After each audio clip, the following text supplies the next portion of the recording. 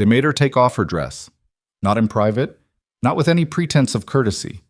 Right there, in front of the kitchen staff, the cleaning women, the gardener who had worked for this family for 30 years, Jae-hyun's mother pointed one thin finger at Naomi and said, in a voice so calm it was almost worse than screaming, "You are not a wife tonight. Tonight you are a guest who forgot her place." And Naomi, a woman who had walked through refugee camps in South Sudan, who had carried dying children out of floodwater in Bangladesh, who had looked warlords in the eye and never flinched, stood there in a borrowed kitchen and felt something inside her quietly break. If that were you, if that were your wedding dress, if that were the family of the man you loved, what would you do?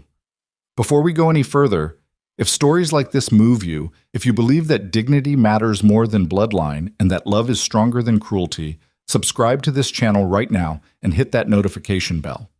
I release stories like this every week, and I promise you, you do not want to miss what comes next. Hit the like button and drop your city and country in the comments below. I want to see exactly how far this story travels. Now, let's go back to the beginning. The night Naomi Brooks arrived at Hanseong Estate for the first time, it was raining. Not a dramatic rain, not the kind of rain that announces itself and demands attention. It was the quiet, persistent kind that soaks through everything slowly. The kind of rain that makes you feel like the sky has simply decided to grieve and isn't planning to stop anytime soon. She remembered thinking that the house looked like it was from a different century, which, in many ways, it was. The estate sat at the top of a long private road in the hills north of Seoul, surrounded by walls that were older than most of the city below them. 3 stories of dark stone and dark wood and windows that caught the light in a way that made them look like watching eyes. Naomi had seen a lot of things in her 34 years. She had seen absolute poverty and she had seen obscene wealth. But this place was something different from both. This was power that had been sitting in the same chair for so long it had left a permanent impression. She wasn't naive. She knew exactly who Jae-hyun-do was before she married him. Well, she knew enough. She knew that the Do family name opened doors in Seoul that had no handles on the outside. She knew that men who ran legitimate corporations in glass towers sometimes called Jae-hyun before they made decisions that were supposed to be entirely their own. She knew that certain people in certain neighborhoods paid a quiet, regular tax to an organization that nobody discussed out loud. She had known all of that. What she hadn't known, what nobody had adequately prepared her for, was the house itself, the weight of it. The way the air inside felt like it had been breathed by too many people who believed very strongly in hierarchy, and that particular belief had never fully left the walls. Jae-hyun was holding her hand when they walked through the front door, and she felt him squeeze it once. Not tenderly, but the way you squeeze something you're worried about dropping. She noticed that. She noticed everything. "They're in the East Salon," said the man who met them in the entryway. He was perhaps 60, with the posture of someone who had spent decades trying to take up as little space as possible. He didn't look at Naomi, not exactly rudely, more like she was a feature of the room he hadn't been briefed on. "Tell them we'll be there in 10 minutes, Jae-hyun said. "Yes, sir." The man disappeared down a corridor and Jae-hyun turned to Naomi. He looked at her the way he always looked at her, like she was the most interesting thing in whatever room they were standing in. She had never quite gotten used to that. "You ready?" he asked. "I've negotiated food distribution agreements with 3 different factions of armed men who all hated each other," she said. "I think I can handle dinner." He almost smiled. Almost. "These people are more dangerous." "You're not funny." "I'm completely serious." She had thought he was exaggerating. She had thought, and she recognized this now, looking back, as a failure of imagination on her part, that whatever difficulties lay ahead, they were the ordinary difficulties of marrying into a family that hadn't chosen you. The awkwardness, the careful silences, the way future in-laws sometimes looked at you like you were a problem they hadn't finished calculating yet. She had not accounted for the particular species of cruelty that lives in houses like Hanseong Estate, the kind that wears silk and smiles with its teeth and has been rehearsing for generations. The East Salon held 4 people. Jae-hyun's mother, Park Soon-hee, was 71 years old and looked like someone had carved her out of the kind of material that doesn't soften with age. She was small, genuinely small, barely 5 feet. But the room rearranged itself around her the way rooms rearrange themselves around people who have never once doubted that they deserve to be at the center of everything. She wore a pale gray hanbok that probably cost more than Naomi's entire graduate school wardrobe, and her eyes, when they landed on Naomi, registered something that wasn't quite disgust and wasn't quite surprise. It was the expression of a woman who has opened a package expecting one thing and found something she had specifically not ordered. Min Seok, Jae-hyun's older brother, was 44 and broad in the shoulders and wore his good looks the way some men wear expensive suits. Not because they make him feel good, but because they're useful. He stood near the window with a glass of something amber in his hand, and he looked at Naomi the way you look at a rumor you've finally confirmed. Jae-hyun's sister, Ha-eun, was 38, and she was the one who smiled first. It was a beautiful smile. It didn't reach anything above her cheekbones. The fourth person was a man Naomi didn't recognize. Older, wire-rimmed glasses, the kind of stillness that suggests someone who has spent a lot of time in rooms where listening carefully is a survival skill. He was introduced as a family attorney. He shook Naomi's hand politely and then spent the rest of the evening watching her the way attorneys watch things they've been hired to watch. "So," Park Soon-hee said. In English, which Naomi would later understand was not a courtesy but a performance. A way of speaking around Naomi instead of to her, because everyone in that room spoke English fluently, and the choice to use it now meant, "We are conducting business. You are the business being conducted." "So," she said again, "this is the woman my son has chosen to bring into this family." Naomi held her hand out. "Naomi Brooks, it's a pleasure to meet you." Park Soon-hee looked at the hand, then she looked at Naomi's face. Then she said, "You're shorter than I expected," turned, and walked to her chair. Jae-hyun's grip on Naomi's elbow tightened for just a moment. An apology. An explanation. Neither, really. "Mother," he said. "Sit down, Jae-hyun. We have a great deal to discuss." Dinner was an exercise in sustained, elegant warfare. Park Soon-hee asked Naomi about her work. The humanitarian work, the NGO, the years in the field. With the patient, interested expression of someone collecting information for a dossier. Every answer Naomi gave was received with a small nod and immediately redirected. "Fascinating. And your family on Seoul, are they well? Your father is, what is the word, retired? I imagine this must all be quite overwhelming for you. The estate, the family's expectations. It's a great deal to absorb for someone from, well..." She never finished that sentence. She didn't need to. Ha-eun filled the silence with a laugh that was shaped exactly like a laugh, but made entirely of something else. Min Seok barely spoke. He ate. He drank. He watched Naomi the way a man watches a chess piece that's been placed on the wrong square, and he's waiting for someone to notice the mistake and correct it. Jae-hyun spoke more than usual, which meant he spoke enough to almost cover the sounds of the walls closing in. He was good at this. Naomi had seen him be good at this before, in rooms full of men who wanted things from each other and were communicating those wants through layers of politeness, so thick you needed experience to read them.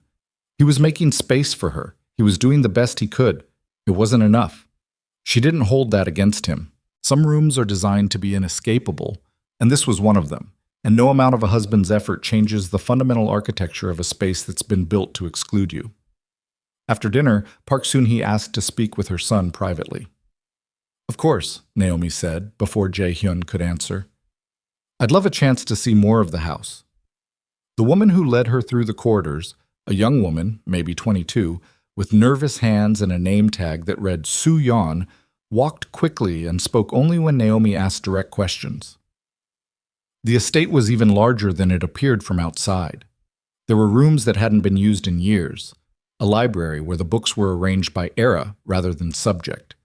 A small interior garden that somehow survived the Seoul winters through a system of glass panels that Soo-yeon explained with the careful precision of someone reciting a script they'd memorized for their own comfort.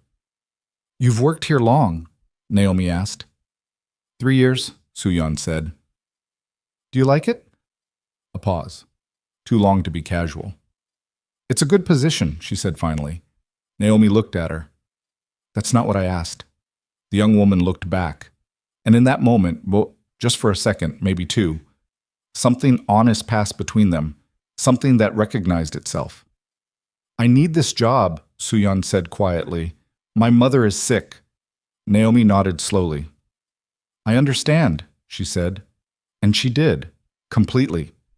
She had been underestimated her whole life, not because she was weak, she knew she wasn't weak, but because she was the kind of person who led with kindness, and there were people in the world who looked at kindness and saw only the absence of teeth.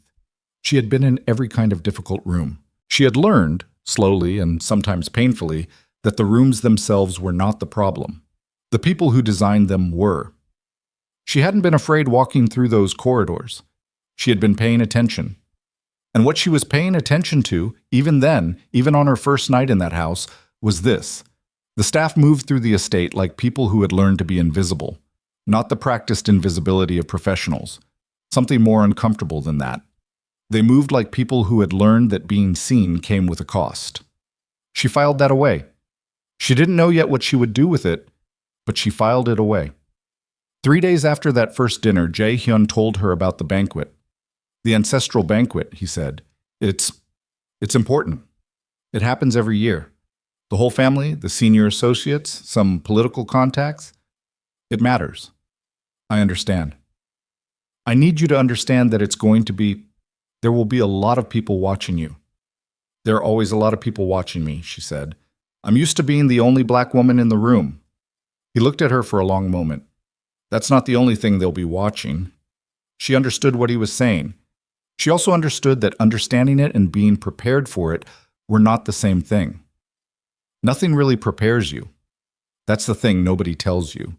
You can know a thing is coming, can see it from a distance, can mark its approach with absolute clarity, and it can still land on you with the full weight of something unexpected.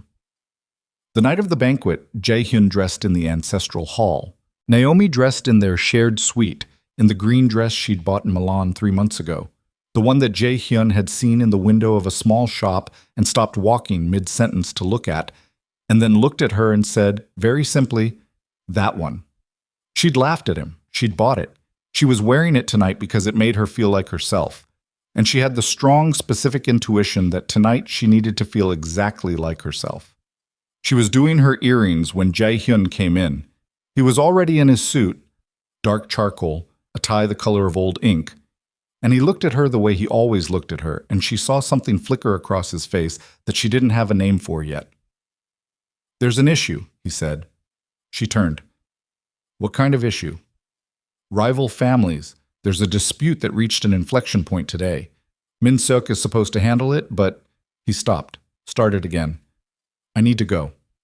I'll be back before the formal portion begins. 2 hours at the most. She set her earring down, picked it back up. 2 hours. Naomi. Go, she said. Not unkindly, she meant it. Go handle it. I'll be fine. He crossed the room and kissed her once, on the top of her head, the way you kiss someone you're apologizing to in advance. She heard the door close behind him. She looked at herself in the mirror. You'll be fine, she told herself. She was wrong about that. She wasn't prepared for how fast it happened after his car cleared the gate. She was in the hallway outside the main salon when Park Soon-hee appeared. Not rushed, not dramatic, simply present, the way a tide is simply present. With Ha-yun just behind her and 2 household managers flanking them both, like punctuation marks on a sentence that had already been written. Come, Park Soon-hee said. It wasn't an invitation. Naomi followed. They took her to a back staircase she hadn't used before, down to the kitchen level, where the smell of 24 dishes in progress filled the air and the staff moved in organized urgency around stainless steel counters under fluorescent light. Everyone looked up when they entered. Then everyone very carefully looked away. Park Soon-hee stopped in the center of the kitchen. She turned to face Naomi with the same expression she'd worn at that first dinner, patient, assessing, entirely certain of herself. And she said, Tonight you will not sit at the family table. Naomi felt the floor shift slightly beneath her feet. Not literally, but something in the room changed gravity. I'm sorry? She said. My son's marriage is his personal failing. Tonight's banquet is a family matter. Your presence at the table would be an insult to our guests and to 300 years of this family's history. She paused. You will eat here, with the staff. In the silence that followed, Naomi heard the sound of someone setting down a pan very carefully. She heard the faint sound of music from upstairs. She heard her own heartbeat, which was very steady, which surprised her. This is my home, Naomi said. Her voice was quiet. I am Jae-hyun's wife. You are a woman my son made a reckless decision about, Park Soon-hee said, and this is my family's estate. Those are two different things. She nodded to Ha-eun, who stepped forward holding a folded garment. Dark fabric, plain, unmistakably a uniform. You will also change, Park Soon-hee said. That dress doesn't belong in this kitchen. The word kitchen landed like a verdict. Naomi looked at the uniform. She looked at Ha-eun, whose expression was bright with something she was working hard not to let become a smile. She looked around the kitchen, at Soo-yeon, who was standing by the far counter with her head slightly bowed, and at an older man whose hands were shaking slightly around a dish towel, and at a young kitchen worker, maybe 19 years old, who was staring at Naomi with an expression of helpless, horrified apology. Naomi took the uniform. She changed in the small washroom off the kitchen corridor, alone, with the green dress folded over her arm. She hung it on a hook on the wall. She looked at it for a moment. She thought about the shop in Milan. She thought about Jae-hyun stopping mid-sentence. She thought about that one. She did not cry. Not yet. She went back to the kitchen, and she sat at the small table in the corner, and a plate was placed in front of her without ceremony, without eye contact, without any of the dozens of small dignities that humans offer each other in the ordinary course of living together. The music from upstairs drifted down through the ceiling. Laughter, the sound of crystal, the particular murmur of powerful people telling each other things they already know. Naomi sat alone at a table in a kitchen in the house she lived in a uniform that wasn't hers, looking at food she couldn't eat, and then, finally, quietly, in the corner of a kitchen where 30 people were carefully not looking at her, she let herself cry. She didn't make noise. She had learned long ago that making noise when you cried in a room full of people who wanted to hurt you was giving them exactly what they wanted. So she sat very still, and the tears came and she let them, and she thought, he's going to come home to this. He's going to come home and none of this will have happened where he can see it, and they know that. They planned it that way. She was right about that part. What she didn't know, what none of them knew, was that a car had turned around on a private road 20 minutes ago, that a meeting had ended early, that a man who knew every secret corridor of a house he'd grown up in was at that exact moment walking silently through one of them, and watching. He had been watching for 12 minutes. He had watched his mother deliver her verdict in the kitchen with the particular calm of a woman who had been saving this moment. He had watched his sister's expression. He had watched his wife take the uniform. He stood in a corridor above the kitchen, behind a ventilation grate that had been there since his grandfather's time, and he watched Naomi Brooks, the woman who had walked through war zones without flinching, the woman who had never once in the 2 years he had known her allowed anyone to make her feel small, sit alone at a corner table and cry so quietly that the kitchen staff couldn't even be sure it was happening. Jae-hyun-do stood very still in that corridor for a long time. He was not the kind of man who cried. He was not the kind of man who let things happen to him, or to the people he claimed. He was not the kind of man who lost his composure in the middle of formulating something important. But standing in that corridor, watching his wife hold herself together in a kitchen where she should have been the most honored person in the building, he felt something move through him that had no name in any of the 4 languages he spoke. It wasn't rage, exactly. It was older than rage. It was the specific, clarifying emotion of a man who has just understood something with absolute finality. He had made a mistake. Not in marrying her. Never that.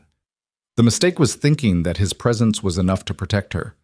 The mistake was thinking that his name, his authority, his clear and unmistakable choice of her, that any of it would make this house safe. He had underestimated them, and she had paid for that. He reached into his jacket pocket and removed his phone. He didn't make a call.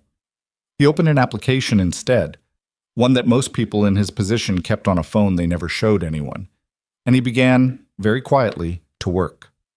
Not tonight. Not yet. He had learned patience from his father and cruelty from his brother, and something else entirely from years of watching what happened when powerful people moved too quickly. He would not move too quickly. But he would move. Downstairs in the corner of the kitchen, Naomi wiped her face with the back of her hand. She straightened her back. She looked at the food in front of her. She picked up her fork. She had survived worse than this. She told herself that. What she didn't know yet, what none of them knew, not the mother with her 300-year pride, or the brother with his careful conspiracies, or the sister with her beautiful, calculated smile, was that the worst was not behind any of them. It was still coming, and it was coming in a way that none of them had prepared for. He stayed in that corridor for a long time after she stopped crying. That was the part that stayed with him, not the tears themselves, though those had done something to him that he wasn't ready to examine in the dark of a ventilation shaft, but what came after, the way she straightened her back, the way she picked up the fork, the way she ate, alone, in a uniform that wasn't hers, with the particular quiet dignity of someone who has decided that breaking is not an option she's willing to entertain. He had watched his wife make that decision in real time, and it had cost him something he couldn't name. Jae-hyun moved through the corridor without sound. It was a skill he'd developed young. This house had taught him many things, and silence was among the first. He reached the secondary staircase and descended 2 floors to a room that didn't appear on any of the estate's official blueprints. His father had called it the reading room. It contained no books. What it contained was a desk, a secure line, and a filing system that had tracked the internal movements of the Doe family organization for 11 years. He sat down. He didn't turn on the overhead light. The desk lamp was enough. He opened his phone again, and this time he did make a call. It rang twice. "Sir?"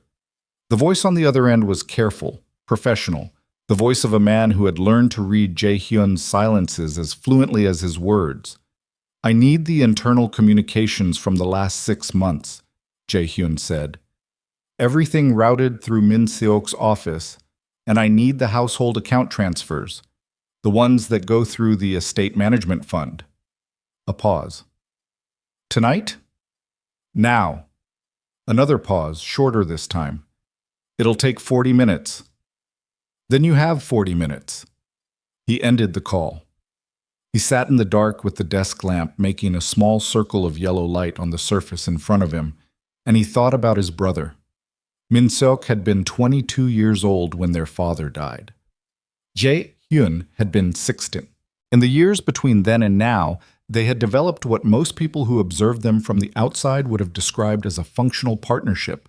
Min Seok managing the political relationships, the legitimate business fronts, the long social infrastructure of the organization, and Jae-hyun handling everything that required the kind of judgment that couldn't be delegated.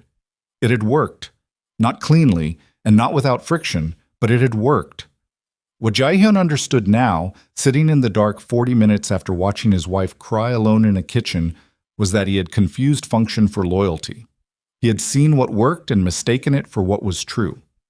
Those were not the same thing. The files arrived in 37 minutes. He spent the next 2 hours reading them. By the time the banquet upstairs had wound down, he could hear it ending through the ceiling, the sound of guests departing, the measured footsteps of staff clearing the main hall. He had found 3 things that explained everything and made the night much more dangerous than it had appeared at dinner. He closed the files. He sat for a moment. Then he went to find his wife. She was in their suite, out of the uniform, sitting on the edge of the bed in her own clothes. Not the green dress, but a plain shirt and trousers, the kind of clothes you put on when you need to feel like yourself again. She was looking at nothing in particular when he came in, and she looked up at him with an expression he had to work to hold. "How was the meeting?" she asked. "Short," he said. He sat down in the chair across from the bed, not beside her. He needed to be able to see her face. She noticed that, the way she noticed everything. "How long were you in that corridor?" she asked. He looked at her. "Long enough." She held his gaze for a moment. Then she nodded. A single, slow nod that contained a great deal more than acknowledgement. "Okay," she said. "Naomi, don't." she said, not sharply, just clearly. Don't apologize yet. I can't. She stopped, started again. I need you to tell me what you're going to do. Not what you're sorry for, what you're going to do. He leaned forward, elbows on his knees. I need you to give me time. Her jaw tightened slightly. How much time? 3 weeks. Maybe less. He watched her. I found something tonight. In the accounts. It's not just about you, Naomi. What they did tonight isn't just cruelty. It's a strategy. There's something larger underneath it, and I need to understand the full shape of it before I move. She was quiet for a long time, long enough that the sounds of the estate settling around them became audible. The distant closing of doors, the muffled voices of staff finishing the last of the cleanup, the particular deep silence that old houses make when they're done performing for the night. They want me to leave, she said finally. Yes. And if I leave, they get something. Yes. She looked at him. What do they get? That's what I'm still working out. He paused. But Min Seok is involved. More than I realized. And my mother knows about it. Naomi absorbed this without visible shock, which told him she had been running her own calculations. How much danger are we in? Not yet. They need this to look voluntary. They need you to walk out on your own. He met her eyes. Which is why tonight happened the way it did. She was quiet again. Then she said, 3 weeks? Or less. And in the meantime, I live here and eat in the kitchen and wear... No. His voice was flat. That doesn't happen again. I'll make sure of it. How? She asked. You can't be here every moment, and if you make too much noise about tonight, they'll know you saw and they'll change the plan. He looked at her for a moment with something that was partly frustration and partly the specific, reluctant recognition of a man who has just realized his wife is better at this than he expected. You've thought about this already. I had 2 hours alone in a kitchen, she said. I thought about a lot of things. Tell me. She shifted on the edge of the bed. They expect me to either break and leave or fight back and give them a reason to push harder. Those are the 2 responses they've planned for, so I don't do either. She looked at him steadily. I stay. I keep quiet about tonight. I let them think it worked, that I'm scared and confused, and I watch. Jae-hyun said nothing for a moment. Then, you understand what that means. The next few weeks will be unpleasant, she said. Yes, I know. She looked down at her hands, back up at him. I've been in worse situations than an unpleasant house, Jae-hyun. I've managed. He wanted to say several things. He said none of them. He stood, crossed to the bed, and sat beside her. And for a while they didn't speak at all.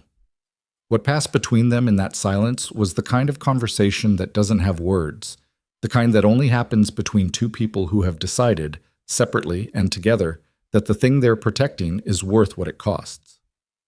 The next morning, Park Soon-hee came to breakfast as though the previous evening had been entirely ordinary. She sat at the head of the table in the east dining room, poured her own tea, asked about the quality of the night's catering in a tone of mild administrative interest, and when Naomi appeared in the doorway, dressed simply, composed, giving nothing away, she looked at her daughter-in-law with an expression of mild, puzzled assessment, the way you look at something you expected to be broken that has appeared to survive. You slept well? She asked. Very well, Naomi said, and sat down. Ha-yoon arrived 7 minutes later, took her seat, looked at Naomi with the specific, rapid assessment of a woman checking a wound she expected to be deeper, and then looked slightly away with an expression that wasn't quite disappointment, but was in that neighborhood. Min Seok was absent from breakfast. He was absent for most of the next 4 days, in fact. He was managing something. Naomi could see it in the increased traffic of men through the estate's east gate, the phone calls that happened in rooms that were carefully closed before she could pass, the way the household manager's expression shifted slightly whenever Min Seok's name came up. She watched all of it. She said nothing. What she did instead, in those first 2 weeks, was the thing she had always done when she found herself in a hostile environment. She made herself useful. Quietly, without announcement. She found Soo-yeon in the corridor on her 3rd day and asked, simply, what needed doing. Soo-yeon stared at her. Ma'am? The house, the staff. What's being missed? Naomi said. I'm not going to sit in that suite for 3 weeks. I need to be doing something. Soo-yeon's expression went through 4 different things in about 2 seconds. Then she said carefully, The East Garden is behind schedule. The gardener, Mr. An, his daughter has been sick. He's been distracted. What's wrong with her? She needs an operation. Soo-yeon stopped. It's not something the family covers. Naomi said nothing for a moment. What's Mr. An's first name? Cheol-soo. Tell him I want to meet with him this afternoon. Don't tell him why. Soo-yeon looked at her for a long moment with an expression that was difficult to categorize. Then she nodded and walked away quickly, the way people walk when they're trying to leave before they say something they shouldn't. Naomi paid for Mr. An's daughter's surgery through a charitable foundation account she'd maintained independently for 11 years. She did it the same day, before dinner. She told no one in the family. When Mr. An found out, 3 days later, when the hospital contacted him with the information that his daughter's surgery had been covered by an anonymous donor, he had appeared at the kitchen doorway at 7 in the morning with his hat in his hands and his eyes red, and he had said something to Naomi in Korean that she didn't entirely understand but didn't need to. She told him to go back to his daughter. He went, but not before the kitchen staff had seen the exchange, and not before the particular quality of the silence that settled over the room in the aftermath had made very clear to everyone present that something had shifted. It was Soo-yeon who told her, on day 11, about the kitchen worker. His name was Dong-hyun, 23 years old, had been working in the estate kitchen for 8 months, one of 6 siblings, supporting his mother. He had made a mistake 3 days ago, a minor one, an error in timing that had cost 1 dish at a dinner where no guests were present. And Min-seok had found out about it through the household manager and had told the household manager to dock Dong-hyun's pay for the month, a full month's pay, for a timing error. When Naomi found Dong-hyun in the kitchen the next morning, he was at his station with the expression of someone who has made a calculation about what he can and cannot afford to show. How long have you been here? She asked him directly. He startled. Ma'am? At this estate. How long? 8 months, he said carefully. Do you like it? He looked at her with the particular guarded intelligence of a young person who has learned that answering honestly in the wrong room is a fast way to make things worse. It's work, he said. That's fair. She looked at him for a moment. I heard about the pay deduction. Something went through his face. He controlled it quickly. It was a mistake, ma'am. I should have been more careful. People make mistakes, she said. That's not a concept that seems to be popular in this house. He didn't answer. She didn't need him to. She went through the household accounts that evening. She had access to the domestic management system through her status as Jae-hyun's wife, a fact that the family had apparently not thought through when they gave her the initial household briefing. And she restored Dong-hyun's pay with a note that attributed it to a clerical correction. She filed the move under domestic administration, which was technically accurate and also, she understood, potentially risky if Min-seok looked closely. She was counting on him having other things to look at. She was right. He did. What she didn't know, on day 11 of this particular war of endurance, was that Min-seok had been watching her too, and that what he'd seen in those 11 days had alarmed him considerably more than he was showing. He was in Park Soon-hee's private sitting room on the evening of day 12, and he was not happy. She hasn't cracked, he said. He was standing near the window, not sitting, the thing he did when something was working against him and he needed to pace. 2 weeks since the kitchen, and she acts like it didn't happen.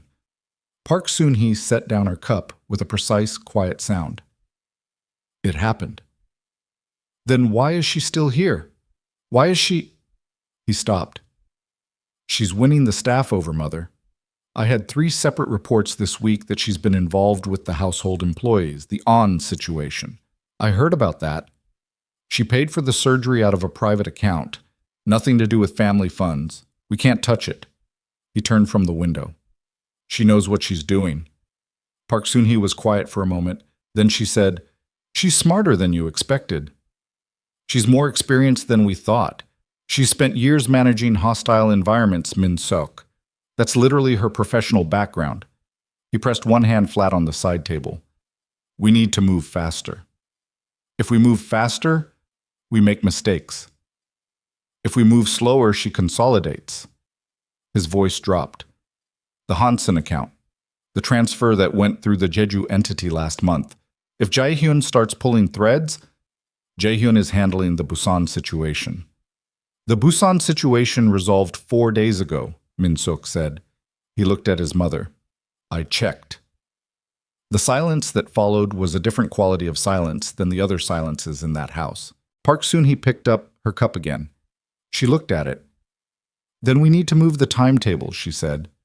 To when? The founder's ceremony, she set the cup down again. 14 days. We handle it there, in front of everyone, and it ends that night. She looked up at her son, publicly. So there's no question about what happened and why. Min-seok looked at her for a moment. And if she fights it? She's one woman, Park Soon-hee said, in a room full of people who answer to this family. What exactly is she going to do? It was, in its way, a reasonable question. It was also, as questions go, one of the most catastrophically wrong things Park Soon-hee had ever said in a room that had walls, because walls in old houses carry sound in ways their builders didn't intend, and the room next to Park Soon-hee's sitting room was a disused storage space that had a ventilation panel that faced the corridor, and Soo-yeon had been in that corridor with a cart of fresh linens, and Soo-yeon had very good hearing, and Soo-yeon had made her own quiet decisions about where her loyalty resided. She found Naomi in the East Garden the next morning before breakfast. She didn't say hello, she didn't preamble it. She stopped the cart she'd been using as cover and looked at Naomi and said very quietly, They're planning something for the founder's ceremony. I don't know all of it, but I heard the madam say they're going to handle you publicly, that night. Naomi didn't move. She was looking at a section of garden that Mr. An had been working on, a row of late-season plants that he'd been trying to salvage despite everything. She kept looking at it. When is the founder's ceremony? She asked. 14 days. Who else heard this? No one that I know of. Naomi was quiet for a moment. You're taking a risk telling me this. Yes, Soo-yeon said simply. Why? A pause, then, because you paid for Mr. An's daughter's surgery and then went to the household system and fixed Dong-hyun's pay and didn't tell anyone and didn't expect anything for it. She looked at Naomi steadily. I've worked in this house for 3 years. Nobody does things like that here. Nobody does things for nothing. Naomi turned and looked at her. I didn't do it for nothing, she said. I did it because it was the right thing. I know, Soo-yeon said. That's why I'm telling you. Naomi nodded once. She looked back at the garden. Don't tell anyone you spoke to me. I know. And Soo-yeon, she paused. Thank you. The young woman pushed her cart away without looking back, and Naomi stood in the garden with the cold morning air coming off the hills and the sound of the city below the estate walls. And she thought about 14 days, and about how much could change in 14 days, and about what exactly handled publicly meant in the vocabulary of a family like this one. She texted Jae-hyun 2 words. No context, no explanation. Call me. He called in 4 minutes, which told her he'd been waiting. What happened? She told him. The silence on his end lasted 6 seconds. She counted. Founder's ceremony, he said. 14 days. Another pause. That changes the timeline. Yes. How much does Soo-yeon know? Enough to be useful. Not enough to be in danger yet. She lowered her voice, though she was alone in the garden. Jae-hyun, the Hanson account. Min-suk mentioned it. I don't know what it is, but it scared him. That's the thing you're looking for. The pause this time was longer. When he spoke again, his voice was different, quieter, more careful, the voice he used when something had just clarified for him. How did you get that? Thin walls, she said. He made a sound that might have been something close to dark humor if it hadn't been threaded through with something harder. I've been looking for that account for a week. Then you have 12 days to find it. 11, he corrected. I need a day to set up the presentation. She absorbed that. You're going to use the ceremony. If they're planning to do this publicly, in front of every major associate we have, then yes. His voice was steady. Same room, same audience, same night. Naomi was quiet for a moment. That's a lot of moving parts. Yes. And if something goes wrong, Naomi. His voice stopped her. Nothing is going to go wrong. She wanted to believe him. She was also the kind of woman who had spent too many years in the field to pretend that confidence and certainty were the same thing. You can't promise that. No, he admitted. But I can tell you that I've been building this for 11 days, and I've got 4 people inside the organization who answer to me directly, not Min Seok, and I've got financial records that will end his credibility in front of every person in that room. A pause. What I don't have is the Hansen transfers. If you can find out anything more, I'll try. Don't take risks. You either, she said. There was a brief, complicated silence. Then he said more quietly, How are you? She looked at the garden, at Mr. On's late-season plants pushing up through cold ground that should have been too hard for them. I'm managing, she said. That's not the same as fine. No, she agreed. It's not. She ended the call and stood in the cold morning air, and she thought about 14 days, and about what a woman with a broken heart and a very clear head could accomplish in that time if she was careful and patient and refused to let them see her coming. What she didn't know yet was that Min Seok had already made his first mistake. The Hansen account, the one that had scared him, the one he'd let slip in a room with thin walls, wasn't just a financial irregularity. It was the thread that, once pulled, would unravel 3 years of careful construction. And Jae-hyun had been looking for it, but not in the right place, because Min Seok had buried it under a name that meant nothing to anyone who didn't know what they were looking at. Naomi didn't know this yet either, but Dong-hyun did. He'd processed the paperwork himself 8 months ago on his second week at the estate, before he'd understood what he was looking at. He had filed it and said nothing because saying something in this house had a cost, and he hadn't been willing to pay it. He was, as of that morning, beginning to rethink that calculation. He found the file that afternoon in the kitchen office. A physical copy, the kind that existed because some transactions were never meant to live in systems that could be searched. And he stood in the small office for a long moment with it in his hands, thinking about a month's pay and a woman who had quietly fixed it and asked nothing in return. He put the file in his jacket. He was still deciding what to do with it when the household manager appeared in the office doorway behind him and said, in a careful, flat voice, Mr. Park wants to see you. Dong-hyun turned around slowly. The household manager's expression was the expression of a man delivering a sentence he didn't write. Now? Dong-hyun said. Now, the household manager said. Dong-hyun didn't move for a full 3 seconds. 3 seconds is not a long time in most circumstances. In a kitchen office with a physical file in your jacket and a household manager standing in the doorway with that particular flat expression, 3 seconds is long enough to make a decision that changes everything. He moved his hand away from his jacket slowly. Naturally, the way you move when nothing is wrong. Of course, he said. Min Seok's office was on the second floor of the estate's east wing, in a room that had originally been designed as a sitting room and had been converted sometime in the last decade into something that felt more like a room where decisions got made and then disappeared. The furniture was expensive and dark and arranged in a way that put visitors at a slight disadvantage. The chairs positioned lower than they appeared, the desk elevated by a platform so subtle you didn't notice it until you were already sitting and already feeling, without being able to say why, slightly smaller than you'd been when you walked in. Dong-hyun noticed all of it. He sat in the visitor's chair and put his hands on his knees and kept his face at the specific setting of respectful attention that he had been practicing in one form or another since he was 12 years old and learning to survive in rooms that weren't designed for him. Min Seok was on the phone when he came in. He held up one finger. Wait, and continued his conversation in a low, unhurried voice. His eyes were on Dong-hyun the entire time. Dong-hyun waited. He was good at waiting. Min Seok ended the call and set the phone on the desk and looked at him. You've been here 8 months, he said. Yes, sir. Your performance reviews are adequate, not exceptional.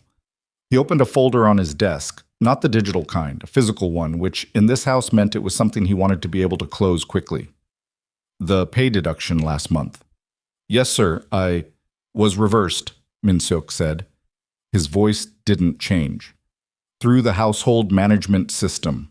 A clerical correction according to the notation. He looked up. Did you make that correction?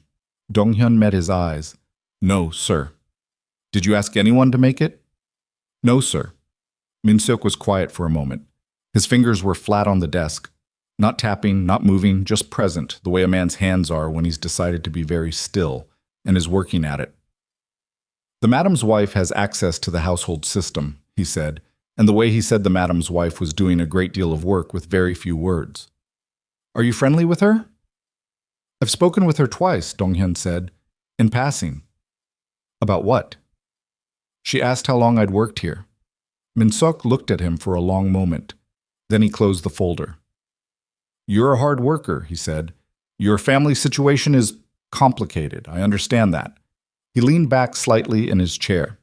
This family takes care of people who take care of this family. Do you understand what I mean by that? Yes, sir. Good. He picked up his phone again. The meeting was over, apparently, without ever having been openly about what it was about. You can go. Dong-hyun stood. He was almost at the door when Min-seok said, without looking up, If you ever notice anything unusual in the course of your work, I expect to hear about it directly. Dong-hyun stopped. He turned slightly. Of course, sir. He walked back to the kitchen. He went directly to the small washroom. He locked the door.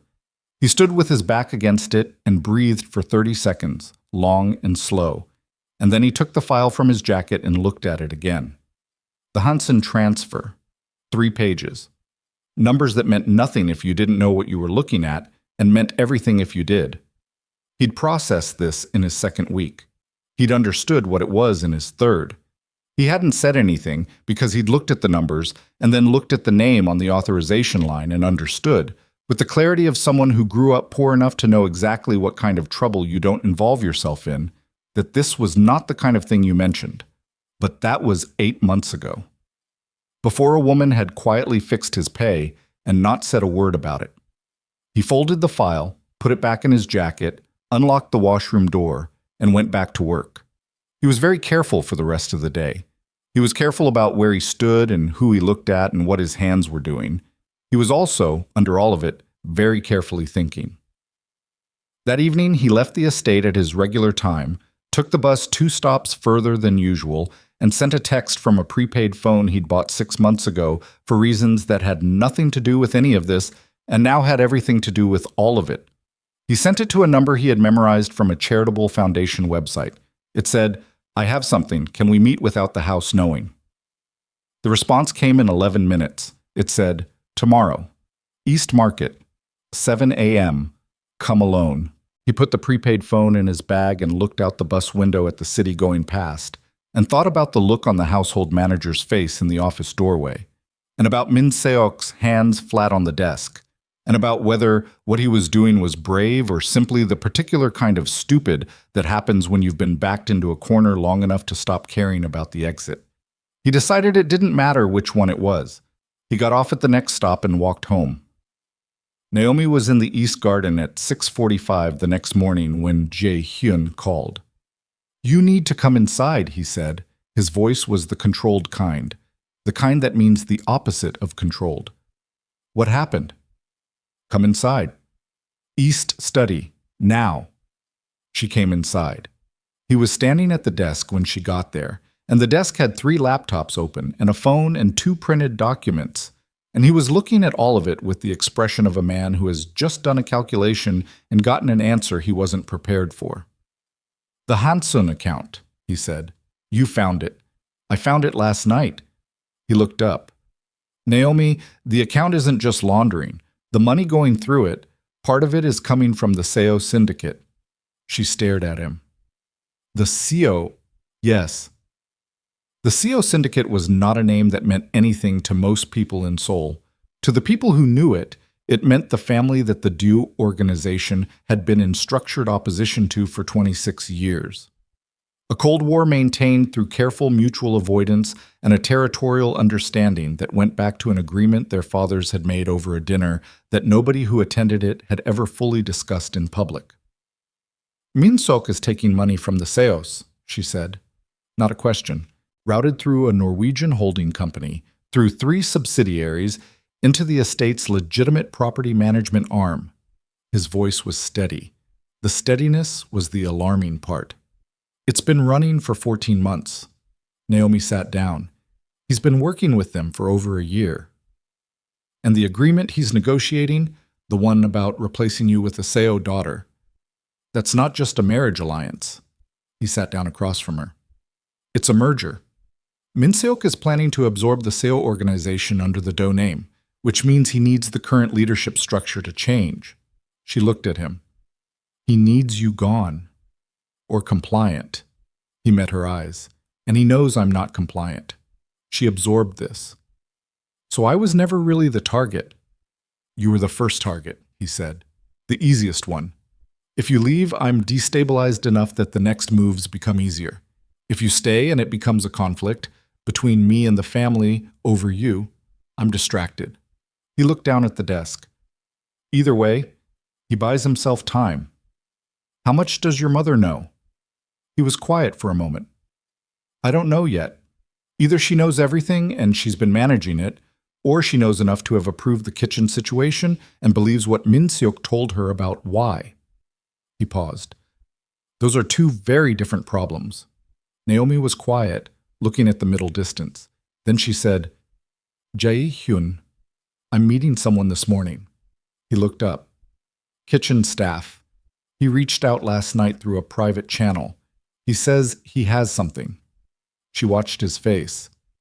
I think he has the physical Hanson documentation. Something moved through his expression. Who? Dong-hyun. He thought for a moment.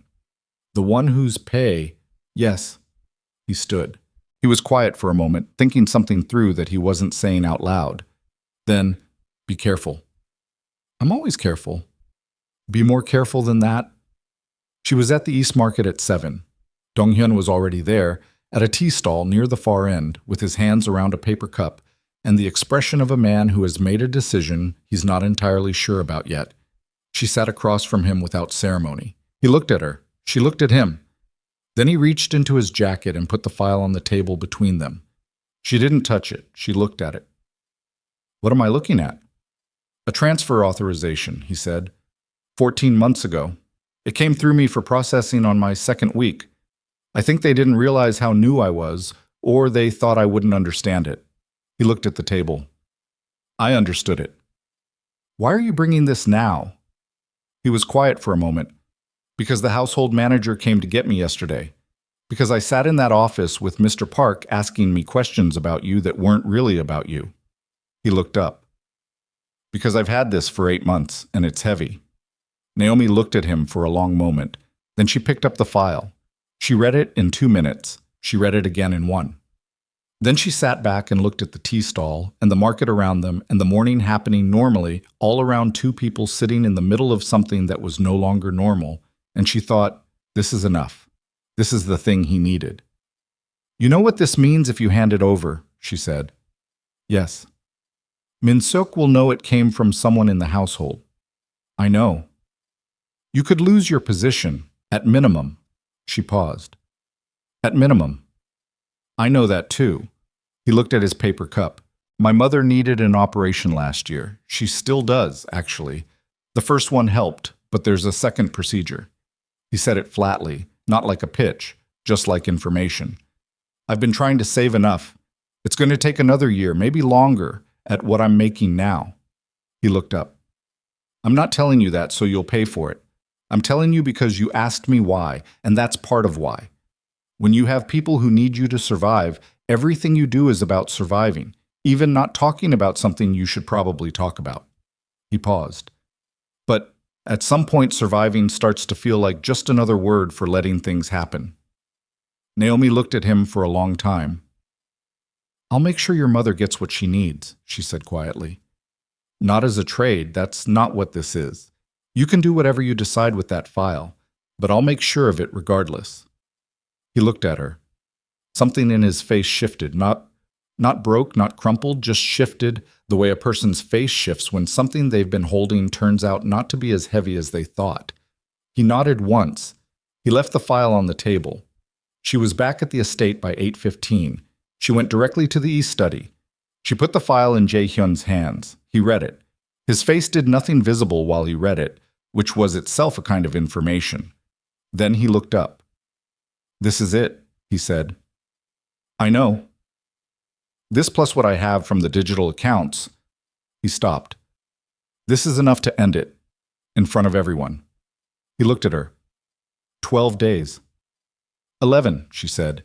"You need a day to set up." He almost smiled. "Not quite." "Right." What happened next happened fast. Day 9 of the 11 remaining, Min-seok made his move early. Naomi found out about it at 6 in the morning when Soo-yeon appeared at her door, still in her outdoor coat, with the expression of someone who had been awake for most of the night and running for part of it. "They went into the East study," Soo-yeon said, "last night. 2 men with Mr. Park. I don't know what they took, but they were in there for 40 minutes. Naomi's stomach went cold. "Which men?"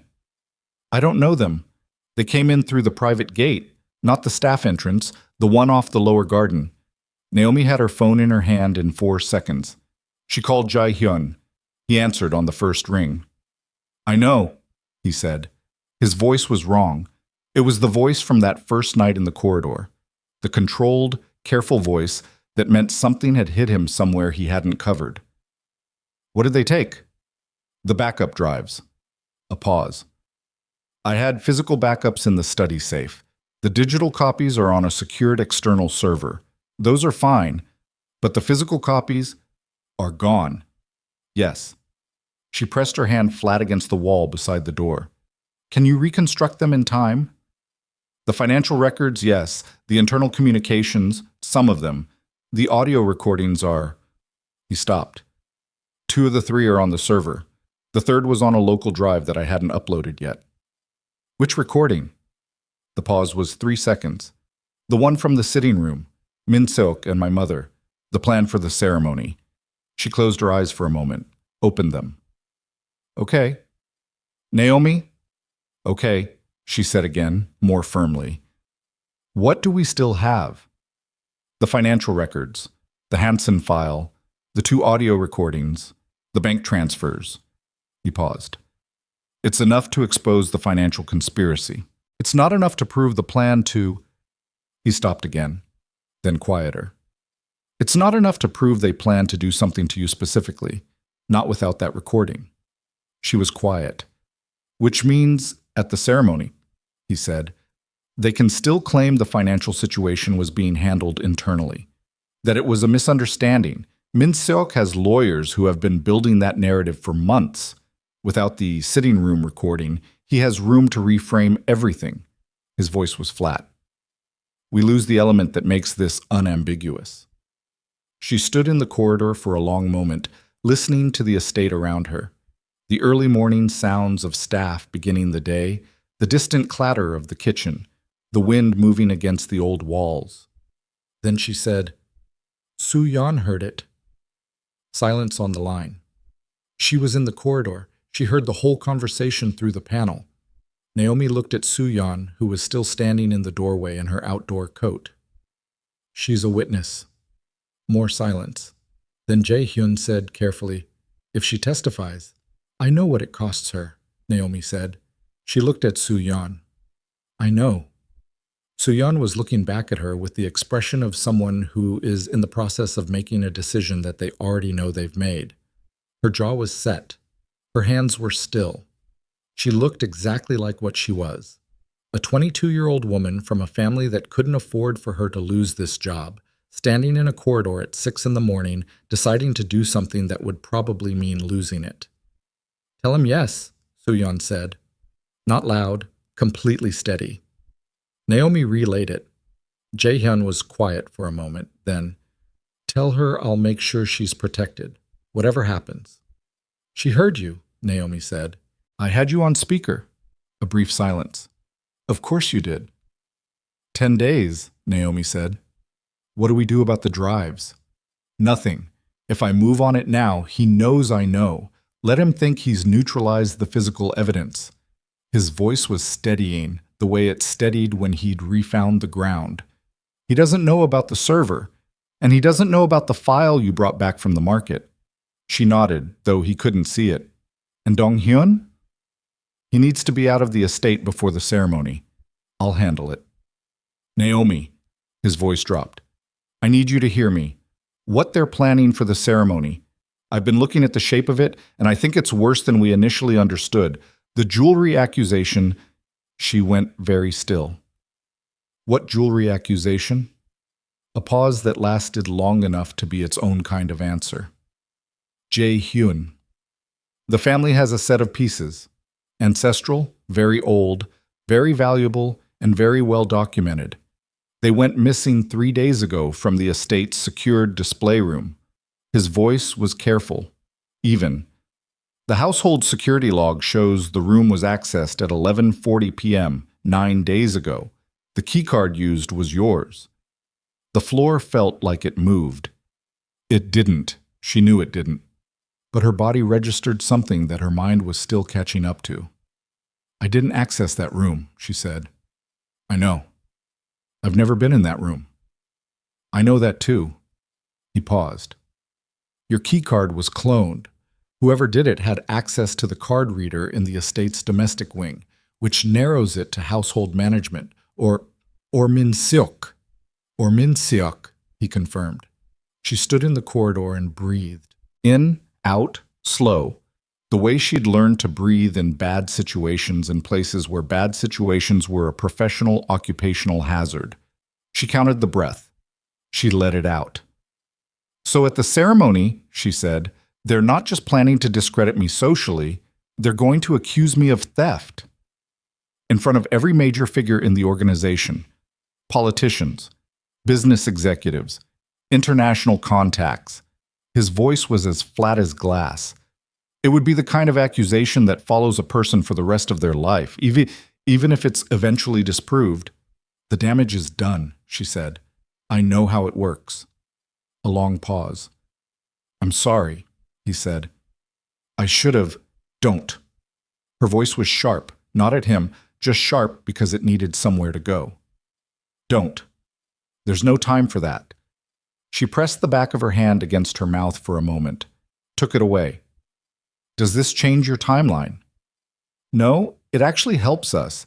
If they have the jewelry and they're planning to produce it as evidence, then we know where the evidence is, and we know it's fabricated, which means we can get ahead of it if we move right. How? I need the estate's internal security camera archive. Not the official one, the one that runs on the secondary system, the one that my father installed and that Min-seok doesn't know about because it was never in any documentation he had access to. A brief pause. It covers the secured display room. And it wasn't on any drive they took last night because they didn't know it existed. Naomi looked at Soo-yeon. Do you know where the secondary security hub is? Soo-yeon's expression was the expression of a woman who has worked in this house for 3 years and paid attention every single day. Sub-basement, behind the wine storage. Naomi said to Jae-hyun, We'll get it. Both of you stay out of it, he said immediately. I'll send someone I trust. Who? Lee Chang-ho. She didn't know the name. Should I? He's been with me for 7 years, Jae-hyun said. He's the only person in this organization who's seen Min-seok do things that I haven't seen and kept it to himself because he was waiting for the right moment. A pause. He's been waiting a long time. She nodded. 10 days. 10 days, he said. Can you hold it together for 10 more days?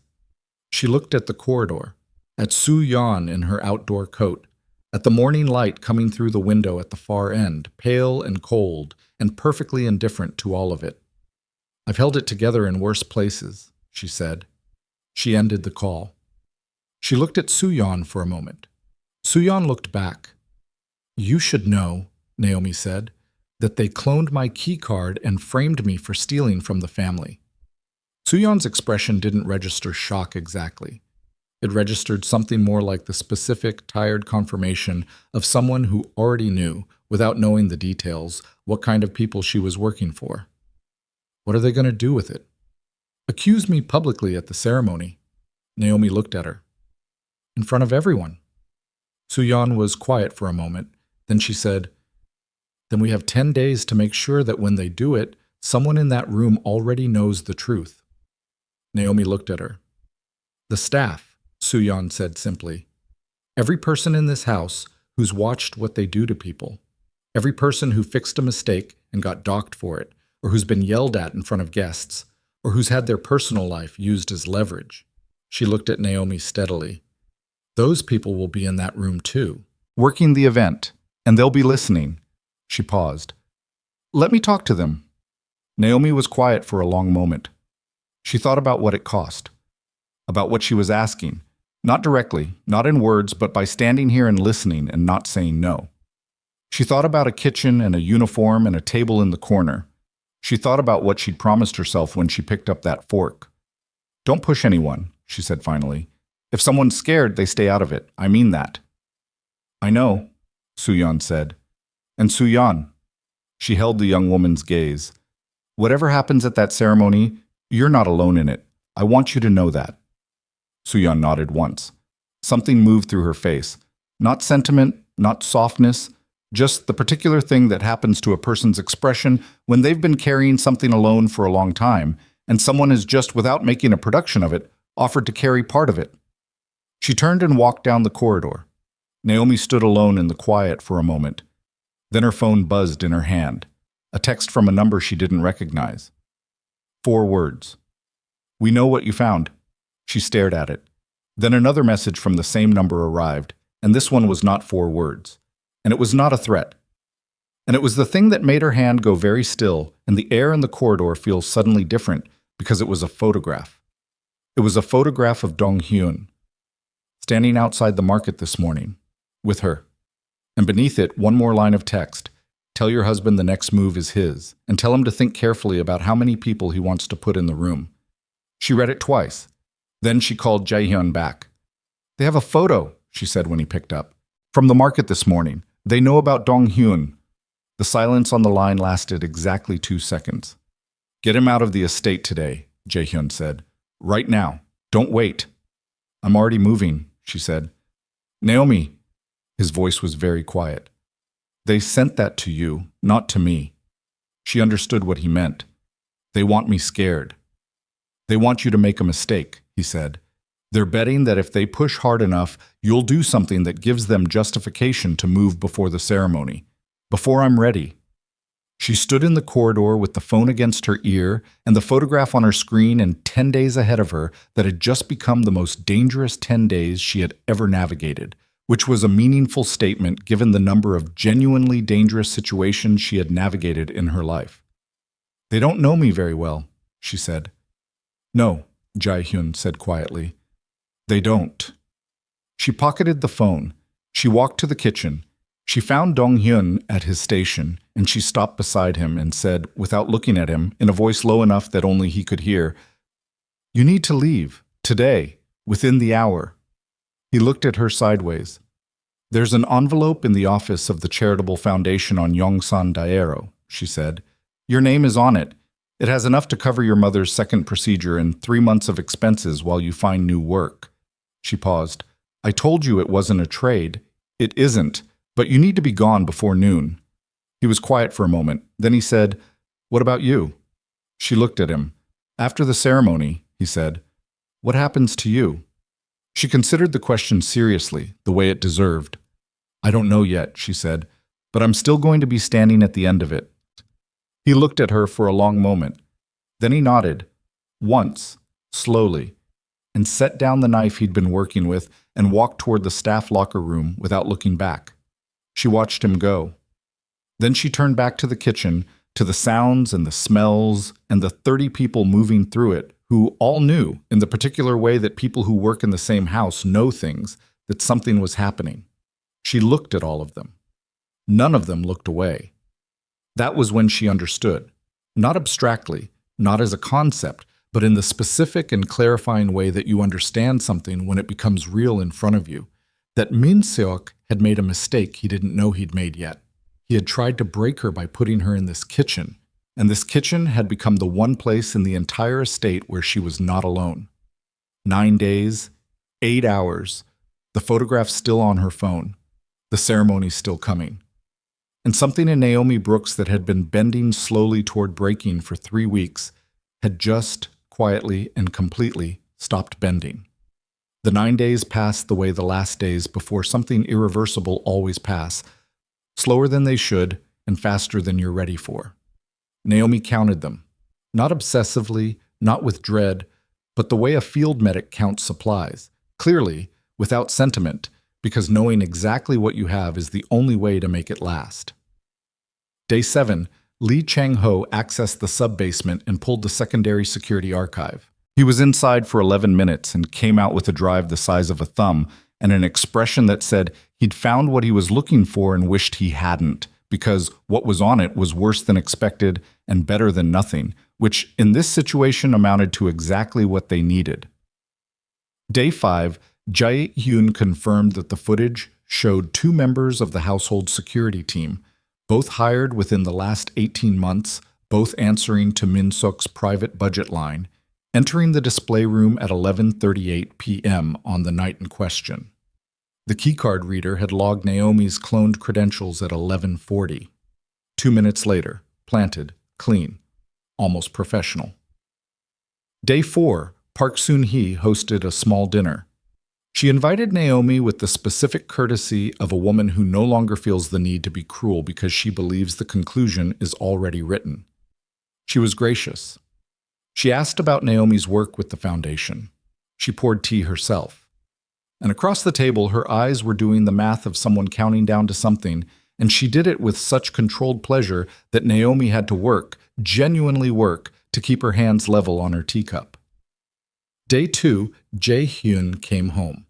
He had been managing the organizational fallout from the Busan resolution in a building across the city, close enough to communicate but far enough that Min Seok had no immediate reason to believe he was preparing anything specific. He came through the private entrance at 11 p.m. and came to their suite and sat on the edge of the bed and looked at his wife, who was sitting at the desk with 3 files open and a pen in her hand, and he looked at her for a long time. "You look tired," he said. "I am tired," she said. "Tell me something I don't know." He leaned forward, put his elbows on his knees. Chang-ho confirmed 2 additional things today. The CO representatives are planning to attend the ceremony. Min Seok invited them as business guests. He paused. "And the jewelry isn't in the estate." She looked up. "Where is it?" "Off-site. A storage facility in Mapo. Min Seok is planning to have it produced at the ceremony, brought in during the accusation, presented in front of witnesses as evidence that it was found." His voice was level. "If they produce it in that room, and I don't have a counter that's absolutely airtight, you have the footage," she said. "The footage shows they entered the room. It doesn't show them taking it out. That's a gap." He looked at her. "Their lawyer will argue the footage is incomplete, that the jewelry had already been removed before that date." He pressed one hand over his mouth briefly, took it away. "I need the storage facility documentation, something that places the jewelry there after the date of the supposed theft." "How?" "I've got someone working on the facility, but they need 24 hours and we have 48, so it's possible." He paused. "It's also possible it doesn't come through in time." She looked at him. "Then what?" "Then we go in with what we have and we make it enough." She studied him. He was tired too, not in the surface way, not just the physical kind, but the tired that comes from carrying something heavy for a long time, and finally being close enough to putting it down that the weight has become almost unbearable by comparison. "Are you scared?" she asked. He met her eyes. "Yes." She hadn't expected that. Not the answer, she'd known the answer, but the immediacy of it. No hesitation, no performance of strength. "Good," she said. "Scared means you're taking it seriously." He looked at her for a moment, then quietly, "The night of the banquet, in the kitchen." He stopped. I've been... He stopped again. I watched you for 12 minutes and I didn't go down. I keep coming back to that. Why I didn't go down? Because going down then would have ended it wrong, she said. I know that. And you knew it then. I know that too. He looked at his hands. Knowing something is right doesn't always make it feel less like cowardice. She was quiet for a moment. Then she got up from the desk and crossed to the bed and sat beside him. Not touching, just close. You're not a coward, she said, but you're also not perfect, and neither am I. And we have 48 hours, so we need to table this until there's time for it. He looked at her sidelong. You're extraordinary, you know that. I know, she said. Now tell me about the CO representatives. He almost smiled. Almost. The day of the founders' ceremony arrived the way important days arrived, without fanfare, without any atmospheric indication that something was going to end tonight that couldn't be put back together. It was a Tuesday. It was cold. The catering trucks came through the estate gate at 9 in the morning, and the florists at 10, and by noon the main hall was being rebuilt into the particular version of itself that the Dew family presented to the world on formal occasions. Austere, expensive, historically weighted, designed to communicate without saying anything directly that the people who built this room had been powerful for a very long time and intended to continue. Naomi watched the preparations from the upper corridor. She was dressed simply. Dark clothes, comfortable shoes. Not the clothes of someone attending a celebration, the clothes of someone who needed to be able to move. Her phone buzzed at 1 p.m. Jae-hyun. Storage documentation came through 40 minutes ago. The jewelry was logged into the Mapo facility 7 days after the alleged theft date. We have a chain of custody that proves it never left Min Seok's control. She read it twice. Then she sent back one word. Good. His response, how are you? She looked at the hall below her, at the tables being set with ancestral porcelain, at the staff moving through the space with the practiced efficiency of people who have done this many times and will do it many times more. If tonight goes the way it needs to go. She typed, ready. His response, I'll be there by 6. Everything is in place. Stay visible until then. Let them see you being calm. She put her phone away. At 2 in the afternoon, she went to the kitchen, not because she had to, not because anyone directed her there. She went because the kitchen was where Soo-yeon was, and the kitchen was where the people were who had been carrying things quietly for too long, and she wanted to be in that room one more time before the night happened. When she walked in, the kitchen went still for a moment, the way it always went still when she entered now, not with the uncomfortable looking-away stillness of those first days, but with something different, attentive, present. Soo-yeon looked at her from across the room. Naomi looked back. No words. None were needed. She stayed for 20 minutes. She helped carry something heavy that didn't need her help to carry.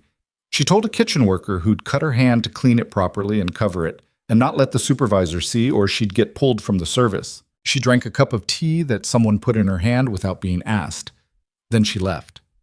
At 4 p.m., the first guests began to arrive. By 5:30, the hall was half full, and the sound of it had changed from the sounds of preparation into the sounds of power assembling, the particular ambient noise of a room full of people who control things, who have things to protect and things to prove, and relationships to maintain at careful, calibrated distances. Naomi stood near the east entrance to the hall, watching. She had been introduced to 3 people she'd never met, had brief conversations that were entirely surface and entirely fine, and had monitored the room with the particular attention she'd developed over years of walking into environments where the people around her might, at any moment, become a problem. Min Seok was there. He had arrived at 5, and he was working the room the way he always worked rooms, with the easy, practiced authority of a man who believes the night belongs to him. He was wearing something dark and well-cut, and he moved through the crowd with the specific comfort of someone who has done a thing before and knows it will work again. He hadn't looked at Naomi. That was interesting. Park Soon-hee was at the head table. She was speaking with a man Naomi recognized as a cabinet-level government contact, nodding with the measured engagement of someone whose attention is actually elsewhere. When her eyes moved across the room and landed on Naomi, they stayed for exactly 2 seconds. Then she looked away. Also interesting. Ha-eun was near the bar, She looked at Naomi once, directly, and her expression was doing something complicated that Naomi didn't have time to fully read. At 5:58, Naomi's phone buzzed in her palm. Jae-hyun, coming through the east entrance. 2 minutes. Chung-ho has the drives. The documentation is on a secure tablet. Position yourself near the center of the room. She moved toward the center of the room. She was standing between two tables approximately 40 feet from the main screen at the front of the hall when the change happened. She felt it before she saw it. The particular shift in a room's atmosphere when something has been introduced that wasn't planned. A ripple of attention moving from somewhere toward the front of the hall, heads turning, the sound level dropping in patches, the way it drops when something is being watched. She turned.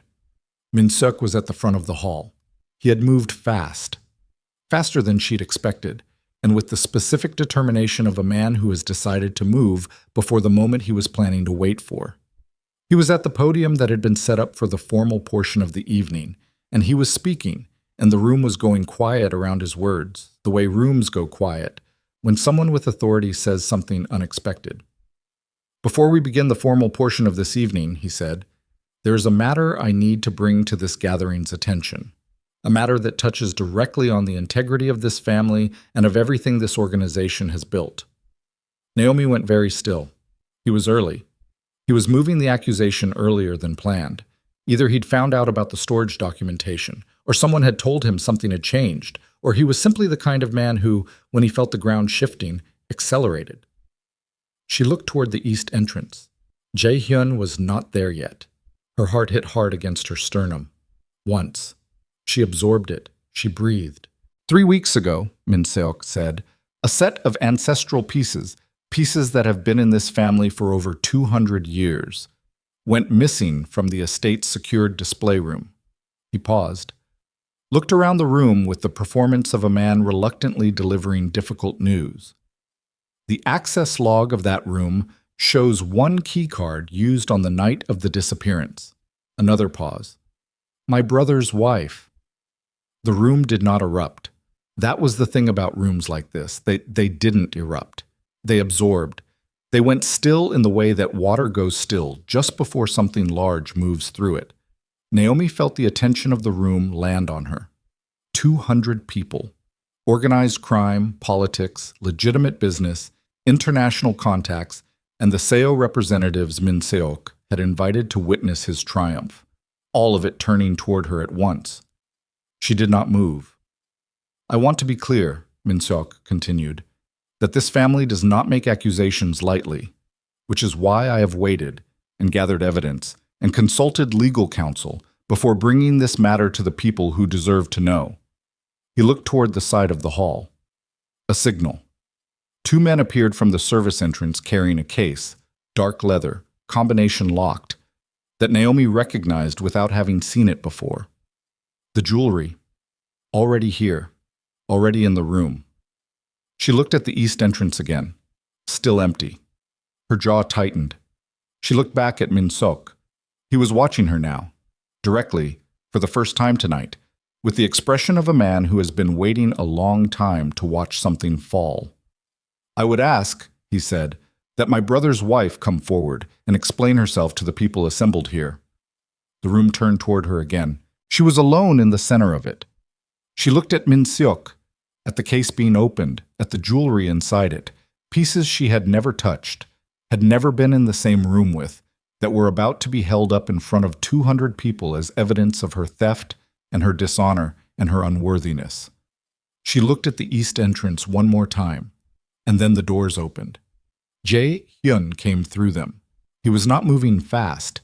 He moved the way he always moved, with the particular, unhurried authority of a man who has never needed to rush to arrive. And behind him came Chung-ho carrying a case of drives, and behind Chang-ho came 2 other men she recognized as Jae-hyun's most senior and most loyal, and the sight of all 4 of them entering the room together changed the atmosphere of the hall in a way that was almost physical. Min-seok saw him. Something happened in his face, quick, controlled immediately. But it happened. Jae-hyun crossed the room toward the front without acknowledging his brother. He stopped at the secondary screen, the larger one, the one that the estate used for formal presentations, and that nobody had thought to check had been preloaded earlier that afternoon, and he looked out at the assembled room. "I apologize for the interruption," he said. His voice was even, carrying. "And I apologize to the people in this room who deserve better than what they're about to see." He looked at his brother. "But you've started early, Min-seok, so we'll start early." Min-seok stared at him. "Jae-hyun, this is a family matter." "Yes," Jae-hyun said. "It is." He nodded to Chung-ho. The screen behind him came to life. The security footage was clean, timestamp visible, date visible. Two men in staff uniforms entering the secured display room at 11:38 p.m. The keycard reader logging a credential at 11:40. 2 minutes after the men were already inside the room. 200 people watched it in silence. "The keycard log was manipulated," Jae-hyun said. "The credential that appears was a cloned copy of my wife's card. The actual entry was made by 2 members of the estate security team, both hired in the last 18 months, both on payroll lines that run through my brother's private operational budget." He let that sit. "The jewelry case you're looking at was logged into a private storage facility in Mapo 3 days after the alleged theft. I have the intake documentation. The facility's chain of custody record places that case in Min-seok's control from that date until 2 days ago, when it was retrieved for tonight." The hall was so quiet that Naomi could hear the sound of the case being closed, somewhere to her left, by the man who'd carried it in. Min-seok's lawyer, she'd identified him 30 minutes ago, a careful man near the side table, stood up. "These allegations—" "Sit down," Jae-hyun said. Not loudly. The man sat down. "That's theft of evidence," Min-seok said. His voice had found a different register now. Harder, faster, the register he used when he was calculating out loud. "The storage documentation, the security archive. How did you access—" "This is my organization," Jae-hyun said. "I access what I need to access." "Your organization." Min-seok's jaw worked. "You think that's still true after tonight?" He looked around the room, at the SEO representatives near the east wall, at the political contacts, at the men who ran the organization's subsidiary networks. "You think these people are going to follow a man who can't manage his own household? Who lets an outsider—" His voice changed on the word, loaded it with everything he'd been carrying for months. "Into a family that has existed for 300 years? The people in this room," Jae-hyun said, "are going to see what you've been doing for the last 14 months. The second image hit the screen. Bank transfers. Numbers and dates and routing codes. The Hansen account threading through its Norwegian intermediaries, through the 3 subsidiaries, into the estate's legitimate property arm. 14 months of transactions. The total at the bottom of the column was a number that changed the texture of the silence in the room. Then the third. Encrypted communications. Min-seok's name on the header. The SEO organization's representatives on the response chain. The terms of the merger discussion laid out in language that left nothing ambiguous. The Do organization absorbed into a restructured entity under shared leadership, the current patriarch removed from primary authority, the alliance formalized through a marriage that would replace the current leadership's international exposure. The SEO representatives near the east wall had gone very still. "He told you," Jae-hyun said to them directly, "that I was unstable, that the organization was going to change leadership within the year, that the merger was already decided." He looked at them steadily. It wasn't. One of the SEO men, older, wire-rimmed glasses, the kind of stillness that comes from decades of survival, looked at Min-seok. Min-seok looked back at him. That look lasted about 2 seconds and contained the complete collapse of something that had taken 14 months to build. "The audio," Naomi said. She hadn't planned to speak. But the room was at a specific inflection point, the moment just before the momentum sets permanently. And she had spent enough time in rooms like this to know that this was when you pushed. Jae-hyun looked at her. Chung-ho looked at her. The room looked at her. She looked at Jae-hyun. "Play the audio." He held her gaze for a moment. Then he nodded to Chung-ho. Soo-yeon's recorded account came through the hall's sound system. Clear, specific, dates and times and exact phrasing that she'd written out the night after she overheard it, and that Jae-hyun's team had formatted into a formal witness statement that had been notarized that morning. It wasn't the room recording. That drive was gone. But it was a witness with specifics delivered in a format that a room full of people who understood how evidence worked could immediately evaluate. And then, under it, the two audio recordings that had survived on the server.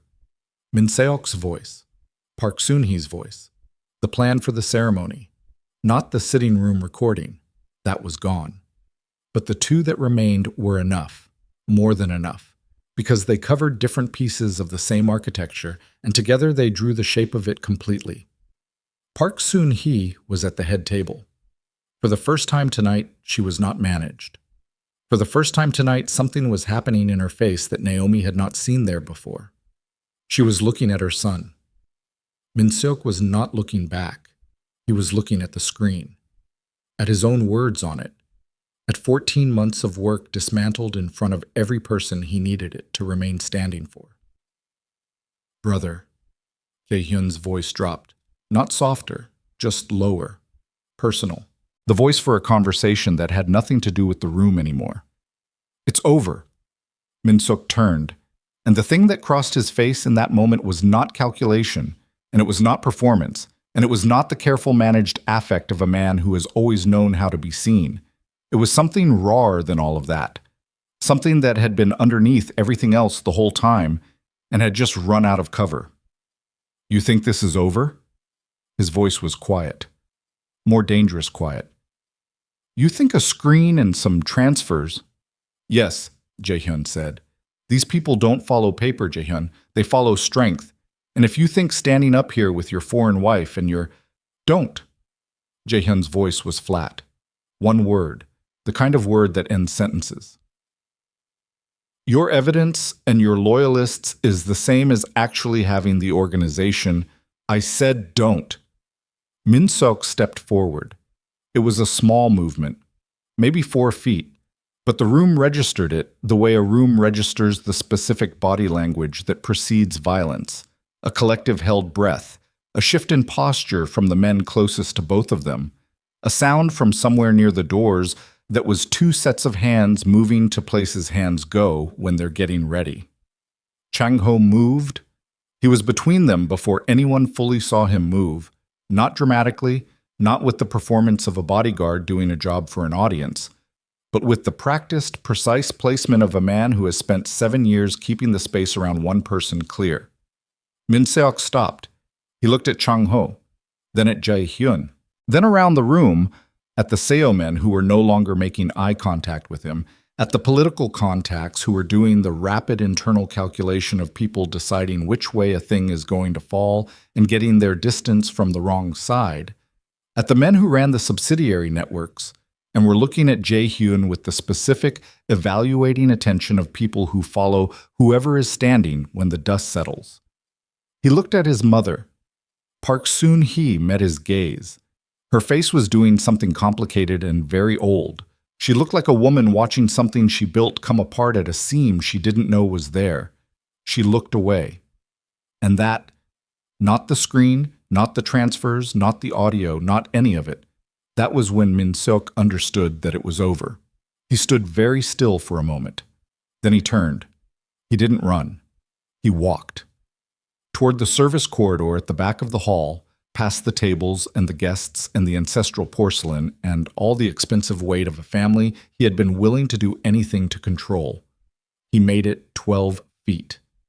The sound of the doors at the far end of the hall opening, not the service corridor, the main entrance, the ones that had been closed since the formal portion began, came through the room with a clarity that stopped everyone.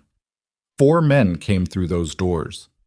Not household staff, not any face that Naomi recognized from the organization, but Jae-hyun recognized them. And the recognition on his face was not relief. It was something else entirely. Min Seok called them 2 hours ago, Chang-ho said quietly at his shoulder. We didn't find out until... How many? 8. 4 here, 4 at the perimeter. Min Seok had stopped walking. He turned back to face the room. And for the first time all night, He looked like what he actually was. Not a strategist, not a political operator, not the heir managing a transition, but a man who had decided that if he couldn't have what he wanted, he would rather watch it burn. He looked at Jae-hyun. "You want to show them evidence?" His voice had found something underneath the calculation now, something that had been there a long time, something that was partly grief and partly fury, and partly the very specific bitterness of a man who has spent his whole life in the shadow of someone he refused to admit was better at this than he was. "Fine. Let them see everything." He spread his hands. "Let them see what this family actually is, what it took to build it, what it cost." His voice cracked almost on the last word. Almost. "And when it's ash, when all of it is ash, we'll see who's still standing in it." The four men near the entrance hadn't moved yet. They were waiting for something, a word, a signal. 200 guests were completely still. Naomi was standing in the center of the room. She was 40 feet from Jae-hyun, 30 feet from Min-seok. She was between both of them and the guests closest to her, and she was thinking, with the particular rapid clarity of a woman who had made fast decisions in bad situations before, about the evacuation route she had studied for this building 2 days ago. The service corridor to the left, the garden entrance behind the bar, the secondary staircase that Soo-yeon had shown her in week 1. She turned her head and found Soo-yeon across the room. Soo-yeon was already looking at her. Naomi moved her chin slightly toward the garden entrance. Soo-yeon understood. She began moving, quietly, without drama, touching the arm of the nearest kitchen staff, moving toward the older guests at the side tables with the specific, practiced calm of someone who has been waiting for this moment and is ready for it. Min-seok saw none of that. He was looking at his brother, and Jae-hyun was looking back at him with an expression that was the saddest thing Naomi had ever seen on a man's face. Not grief, not anger, but the specific exhaustion of someone who has loved something difficult for a very long time and has finally run out of ways to save it from itself. "Min-seok," he said quietly, "don't do this." "It's already done," Min-seok said, and he gave the signal. The four men at the entrance moved, and the sound of the hall changed into something that had no diplomatic language left in it, and Naomi was already moving toward the guests nearest her, her voice low and clear and absolutely steady as the first shots rang off marble somewhere in the direction of the main corridor, and the founder's ceremony of the Du family became something none of its 300 years of history had engyua ko. Hei Viet Not ko. Da Huan Ching Homo Rong Noizung. Show more. The first shot took out a light fixture above the east entrance. Not a person. Not yet. A warning or a mistake. It was hard to tell in the first 3 seconds. And in Naomi's experience, the first 3 seconds of a room turning violent were the ones that determined everything that followed, so she stopped trying to categorize it and started moving. This way. She had her hand on the arm of an elderly woman, a politician's wife, 70 at least, who had gone rigid with the particular frozen quality of someone whose body has forgotten how to respond to danger because it has not been in danger for a very long time. "Look at me. Right here. We're going to the garden entrance." The woman looked at her, found her face. Something unlocked. "Come on," Naomi said. She moved 8 people toward the garden entrance in the first 90 seconds. She knew it was 8 because she counted them, the way she had learned to count in evacuation situations. Not to manage panic, but because knowing the number of people behind you is the difference between leaving someone and knowing you've left someone. Soo-yeon had the side tables clear. She had 11 people through the secondary staircase before the second shot came. This one from somewhere in the main corridor outside the hall, which meant Min-seok's men were not all inside the room, which meant the perimeter Chang-ho had mentioned was active. Jae-hyun was at the front of the hall. She could see him between the bodies moving around her. He was standing with Chang-ho and 2 others, not retreating from the center, but not advancing either, holding the space in front of the main screen with the controlled stillness of a man who understands that how you stand in a room when it breaks is what people remember when it's over. Min-seok's 4 men had fanned out. 2 toward the east wall, 1 toward the bar, one standing near the service corridor with the specific body language of someone covering a retreat route, which told Naomi that whatever Min Seok had planned, it was not a full firefight. He didn't have enough men for that. What he had was enough disruption to move in the chaos, and what he needed to move toward was the exit. He was trying to get out. She understood that in the same moment that Chang Ho apparently understood it, because Chang Ho moved toward the service corridor, and the man covering it stepped forward, and they met in the middle with the hard, immediate physicality of two people who have no time for anything preliminary. Min Seok was already moving along the east wall.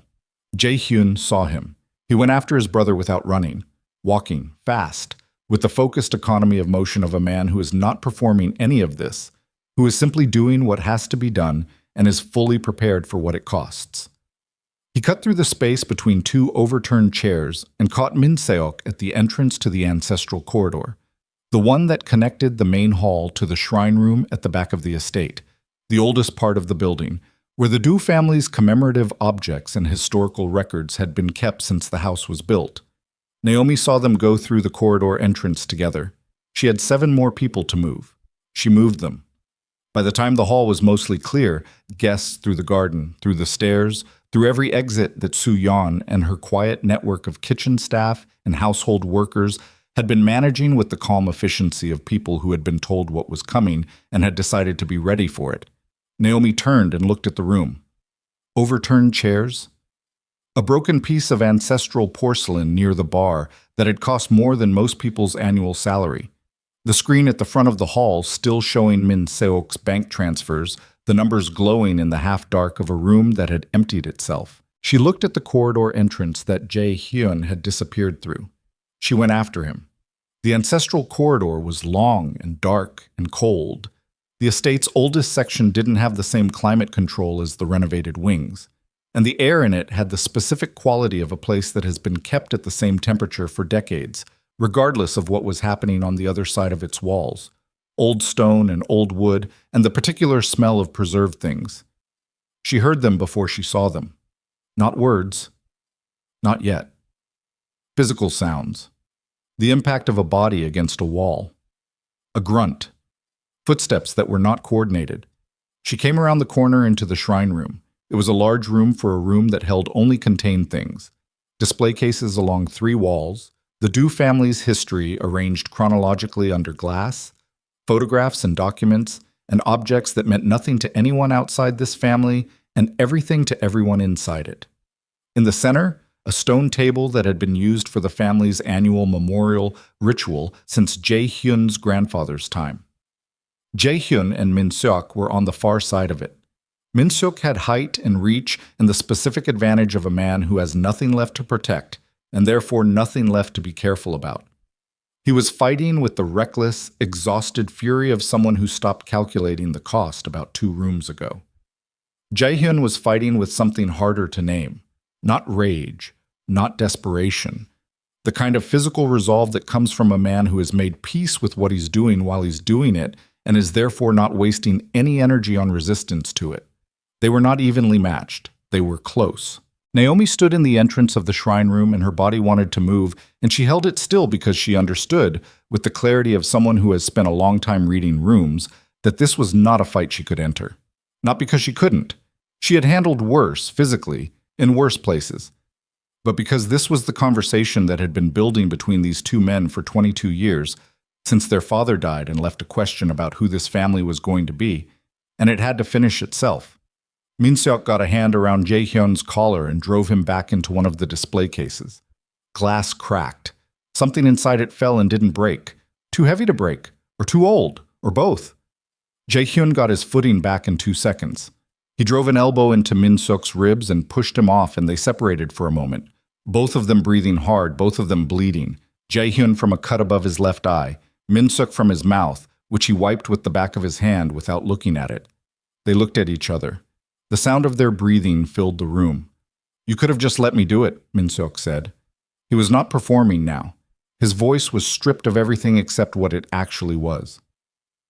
"The Seo merger, the restructuring, it would have been bigger, stronger," he breathed. "Better than what you're doing." "I know you believe that," Jae-hyun said.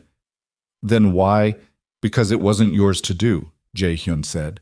This organization, this family, it isn't something you take. It's something you're given and you earn and you build with the people who are already in it. His voice was level, raw at the edges. You were going to tear it apart and call it renovation. Min-suk's jaw worked. You married a stranger. I married a woman I chose.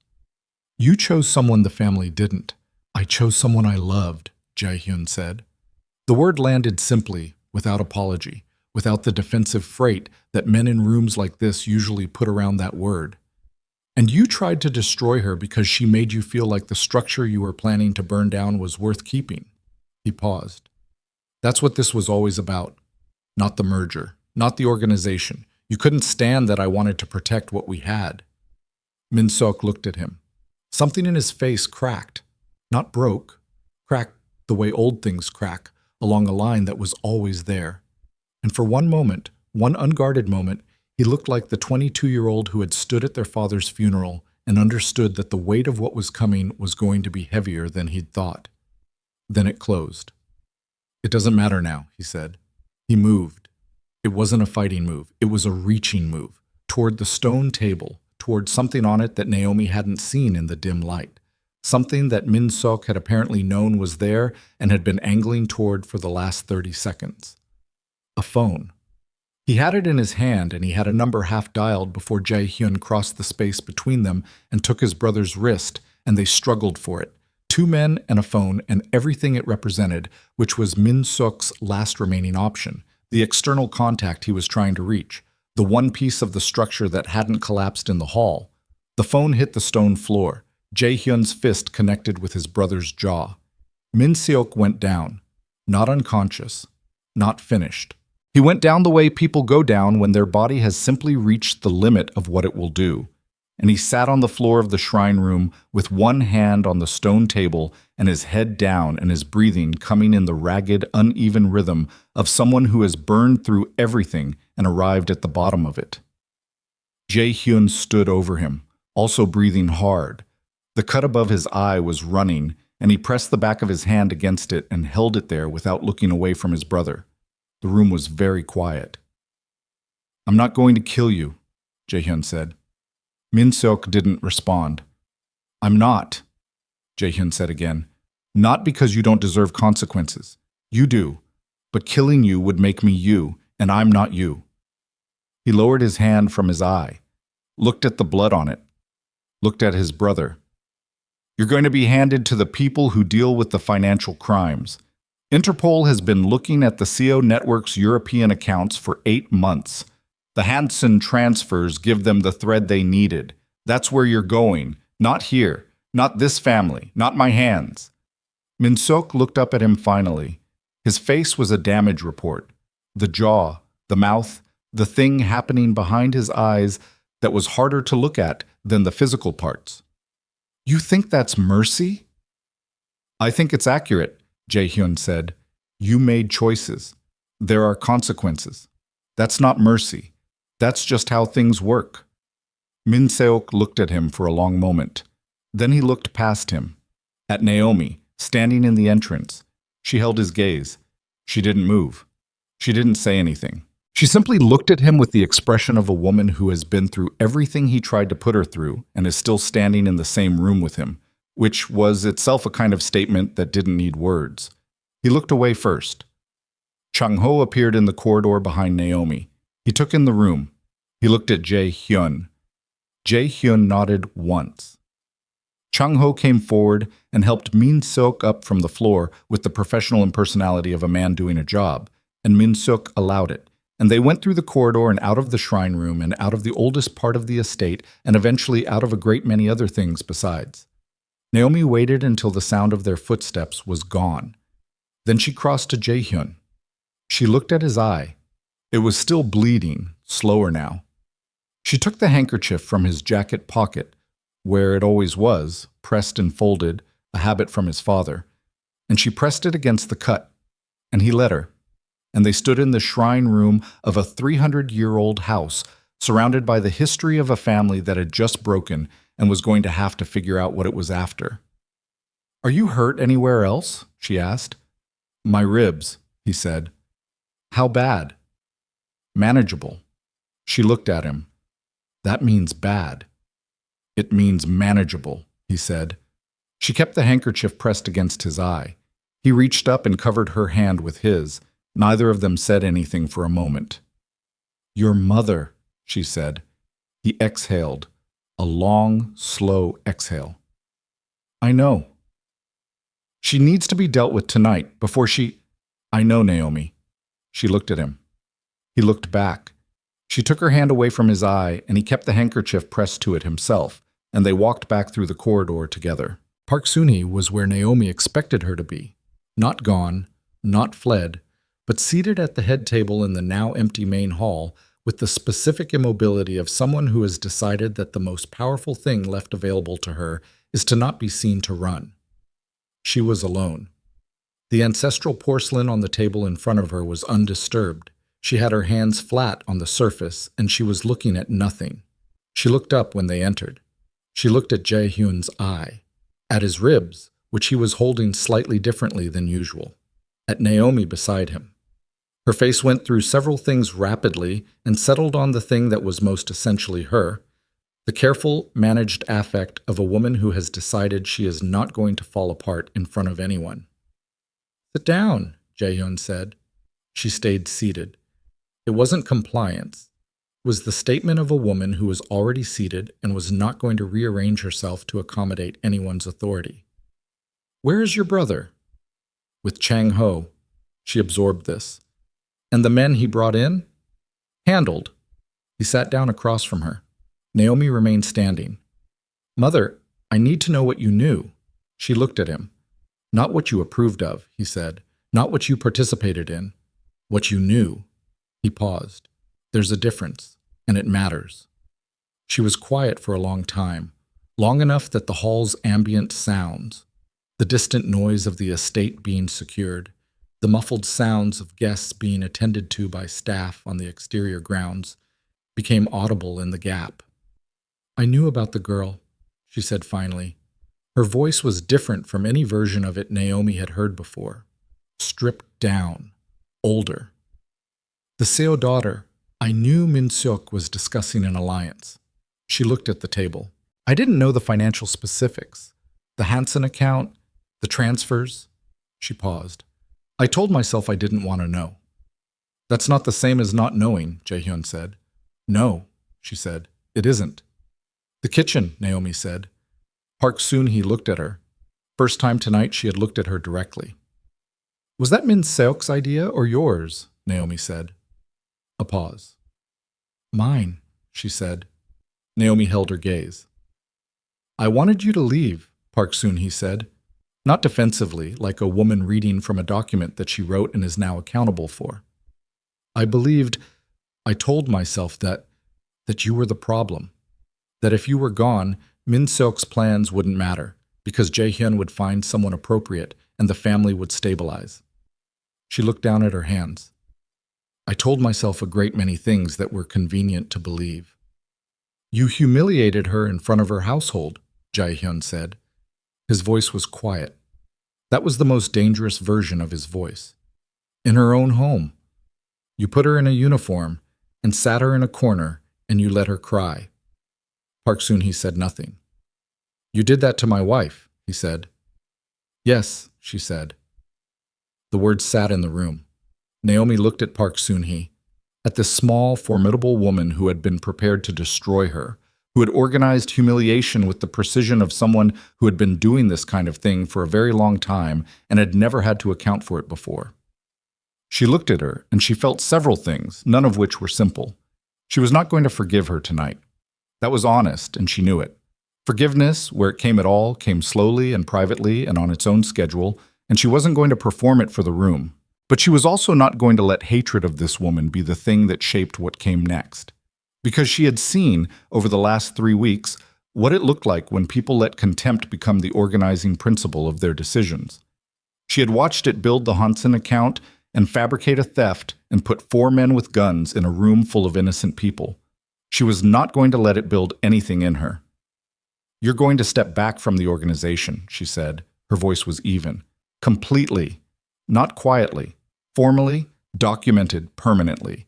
And you're going to do it because it's the right thing, not because you're forced, and the difference matters. She paused. And when the staff of this estate are told what happened tonight, you're not going to manage the narrative. You're going to let them know the truth. Park Soon-hee looked at her. Something moved through her face. You're telling me what to do?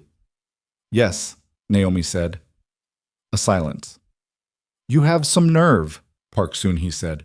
It wasn't cruel exactly. It was the observation of a woman who had lived 71 years with a very specific picture of how rooms worked and who spoke in them and was confronting the fact that the picture was wrong. I have a lot of nerve, Naomi said. I've needed it. Something shifted in Park Soon-hee's face. Not warmth, nothing so simple, but a kind of recognition, the reluctant, exhausted recognition of one woman looking at another and understanding for the first time that she had misjudged the thing she was looking at. She looked at Jae-hyun. He looked back at her. I'll do what is right, she said, as formal as a signature on a document. It wasn't an apology. It wasn't reconciliation. It was a 71-year-old woman making a decision and using the only language she had for making decisions, which was the language of duty. Naomi understood that. She didn't love it, but she understood it. She nodded once. Jae-hyun had a doctor for his ribs by midnight. 3 were cracked, 1 possibly broken. The doctor's opinion was conservative, and his expression was the expression of a man who had been called to the Do estate at midnight before and had learned not to ask many questions. He wrapped the ribs, cleaned the eye, said something about rest that everyone in the room received with polite inattention, and left. The estate was quiet by 1 in the morning. The guests had been attended to, some escorted home by staff, some who lived too far and had been installed in the guest wing with apologies that were formal and careful and said everything without saying any of it. The evidence package had been transmitted to 3 independent recipients before Min Seok's men ever fired a shot, which meant that regardless of what happened inside the hall, the financial crimes were already documented somewhere that couldn't be touched. International financial authorities received their formal notification the following morning. Min Seok was taken into custody 48 hours after the ceremony, at an airport where he had been attempting to board a private flight. He went quietly. There was nothing theatrical about it. He sat in the car and he looked out the window, and the city went past him, and he didn't say anything to anyone. His trial, when it came, took 14 months. The evidence was thorough. The CO organization's European accounts, once the Hansen thread was pulled, unraveled in ways that implicated 12 separate entities and resulted in proceedings in 3 countries. Min Seok received a sentence that was long enough to be honest about what he'd done and short enough to be a thing he might actually survive. Hae-eun left the estate 2 weeks after the ceremony. Not exiled, not formally removed, she packed her things and went to an apartment in Gangnam that she had apparently maintained quietly for some time, which told Naomi things about Hae-eun that she had suspected and now confirmed. They were not enemies. They were not friends. They were 2 women who existed in the aftermath of the same event and were going to navigate that with whatever grace they could manage. Hae-eun sent a card 6 weeks later. No note inside, just her name. Naomi put it on the desk in the East Study and left it there. Soo-yeon was promoted to household manager in the reorganization that followed. She was 22 years old, and she handled the position with a seriousness that surprised no one who had actually been paying attention to her and surprised everyone who hadn't. She hired back 3 staff members who had been let go under Min Seok's budget cuts. She rewrote the household conduct standards. She did all of this without being asked, presented Jae-hyun with the documentation as fait accompli, and when he read it and looked up at her, she simply said, "Was there something you wanted to change?" He said no. She said good and left. Dong-hyun's mother had her 2nd surgery in the 3rd month after the ceremony. She recovered well. Dong-hyun sent a message through the foundation account, brief, a few lines, that said thank you in the particular way that people say it when they mean something larger than the word can hold. Naomi wrote back 1 line, "Take care of her." He did. The estate changed in the months that followed, not all at once. Nothing real changes all at once. But incrementally, the way old things change when the conditions they've been maintained under finally shift. Staff who had spent years learning to be invisible began, tentatively, to occupy their own space. Decisions that had previously required 3 layers of approval and a fear calculus began to be made by the people closest to the situation. The household felt, very gradually, less like a place that had been holding its breath. Jae-hyun dismantled the 3 most overtly coercive arms of the organization over the course of 8 months. Not publicly, not with announcement, operationally, systematically, with the same thoroughness he applied to everything. He redirected the capital into property development in 3 districts of Seoul that had been underserved for 20 years, into a medical facility in the south of the city, and into an international partnership with 2 of the humanitarian organizations that Naomi had worked with for most of her adult life. People noticed. Not all of them approved. Some of the men who had run subsidiary operations under the old structure left quietly. A few pushed back harder than quietly and were dealt with in ways that were decisive and did not require Jae-hyun to raise his voice. The ones who stayed were the ones who had been waiting, without fully knowing it, for something to stay for. Park Soon-hee did what she said she would do. She formalized her withdrawal from organizational involvement in the first month. She moved into the estate's west wing, smaller, quieter, facing the garden rather than the road, and she reduced the footprint of her daily life in a way that seemed, to Naomi's careful observation, less like punishment and more like relief. As if the weight she'd been carrying had become too heavy some time ago, and she simply hadn't had a reason to set it down. She and Naomi did not become close. What they became was something more complicated and more honest than that. 2 women who occupied the same house and had hurt each other and were in the process of deciding, separately and together, what that meant going forward. Some mornings they had breakfast at the same table and spoke about ordinary things. Some days they did not see each other at all. The distance was not hostile. It was the distance of people doing careful, unglamorous work.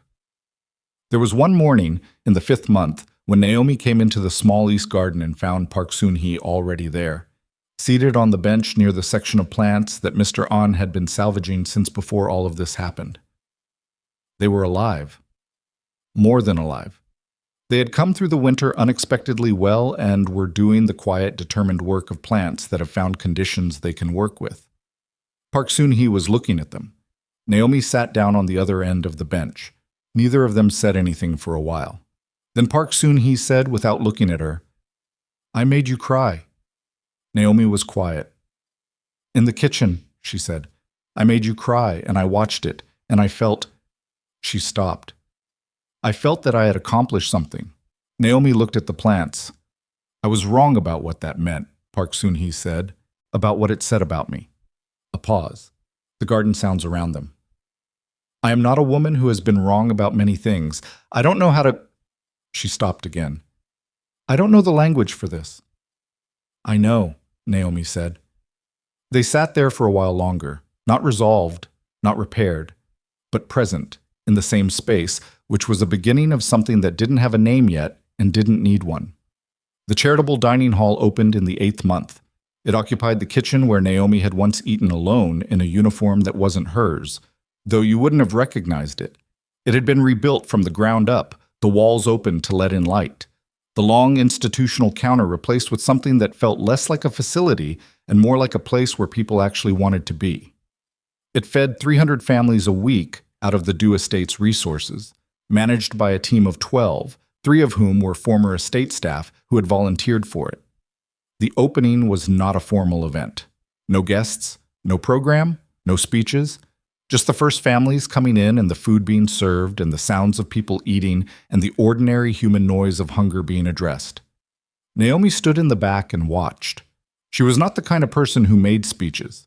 She was the kind of person who built things and then stood in the back and watched them work and felt, in the watching, the particular satisfaction of someone who has put something real into the world and seen it become real. Jae-hyun came and stood beside her. He was moving better. The ribs had healed, mostly. He still favored his right side in certain positions, which she noticed and he denied, which was so consistent with who he was that it had become something between them that didn't require commentary. He looked at the room, at the families, at the kitchen that had once held her lowest moment and was now doing this. He said nothing for a long time. Then he said quietly, "I watched you for 12 minutes. She looked at him. In the corridor, That night. He was looking at the room, not at her. 12 minutes, and I didn't go down.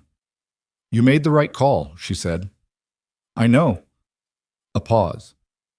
That doesn't mean I don't carry it. She looked at him. At the side of his face, the faded mark above his eye where the cut had healed, the slight tension in his jaw that was always there when he was saying something that cost him. You went down eventually, she said. Not soon enough. Jae-hyun. She waited until he looked at her. No one gets there fast enough. That's not how it works. She held his gaze. What matters is you got there.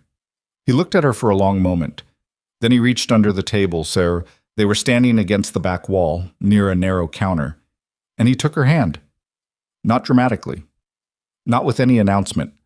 The way you take someone's hand when you've run out of words for what you mean, and you know the person beside you doesn't need the words anyway. She let him hold it. The room in front of them was full of people eating. Some of them were talking. Some of them were quiet in the way that people are quiet when they are simply grateful to be somewhere warm and fed and not required to explain themselves. The kitchen smelled like food and like the particular warmth of a space that's being used for what it was built for, which is one of the best smells in the world. Outside, the estate's grounds were settling into the early evening.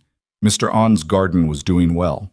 The hills north of Seoul were doing whatever hills do in the fall, which has turned slowly into something worth stopping to look at.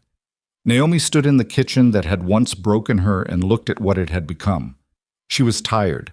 She was genuinely bone-deep tired in the way that only comes after a long fight, the kind of tired that doesn't entirely go away, but that you learn to carry differently over time. She had things still to do. The organization was still in the process of becoming something, and that process was slow and unglamorous and required the kind of sustained attention that didn't make for good stories, but made the difference between something that lasted and something that didn't. She had things still to work through with a woman who had made her cry in this kitchen. That was also going to be slow. It was also going to require the kind of sustained attention that nobody was going to applaud her for. She had a husband with cracked ribs and a complicated inheritance and the specific emotional vocabulary of a man who had grown up in this house, which meant there were things between them that would take years to fully say. She knew all of that. She also knew this. She had walked into the hardest room of her life wearing a uniform that wasn't hers, with no allies and no plan, and no guarantee that anything she was doing was going to matter. And she had sat at that corner table and let herself cry, and then picked up her fork and started again. And the room around her now was the proof of what that cost and what it built. Jae-hyun's hand was warm in hers. She didn't say anything, neither did he. The kitchen worked around them, doing the thing it was now made to do, and outside the hills turned, and the city below the estate carried on with the indifferent, inexhaustible business of being a city, and in the back of a dining hall that had once been the site of her humiliation, Naomi Brooks held her husband's hand and breathed, and let the quiet be enough.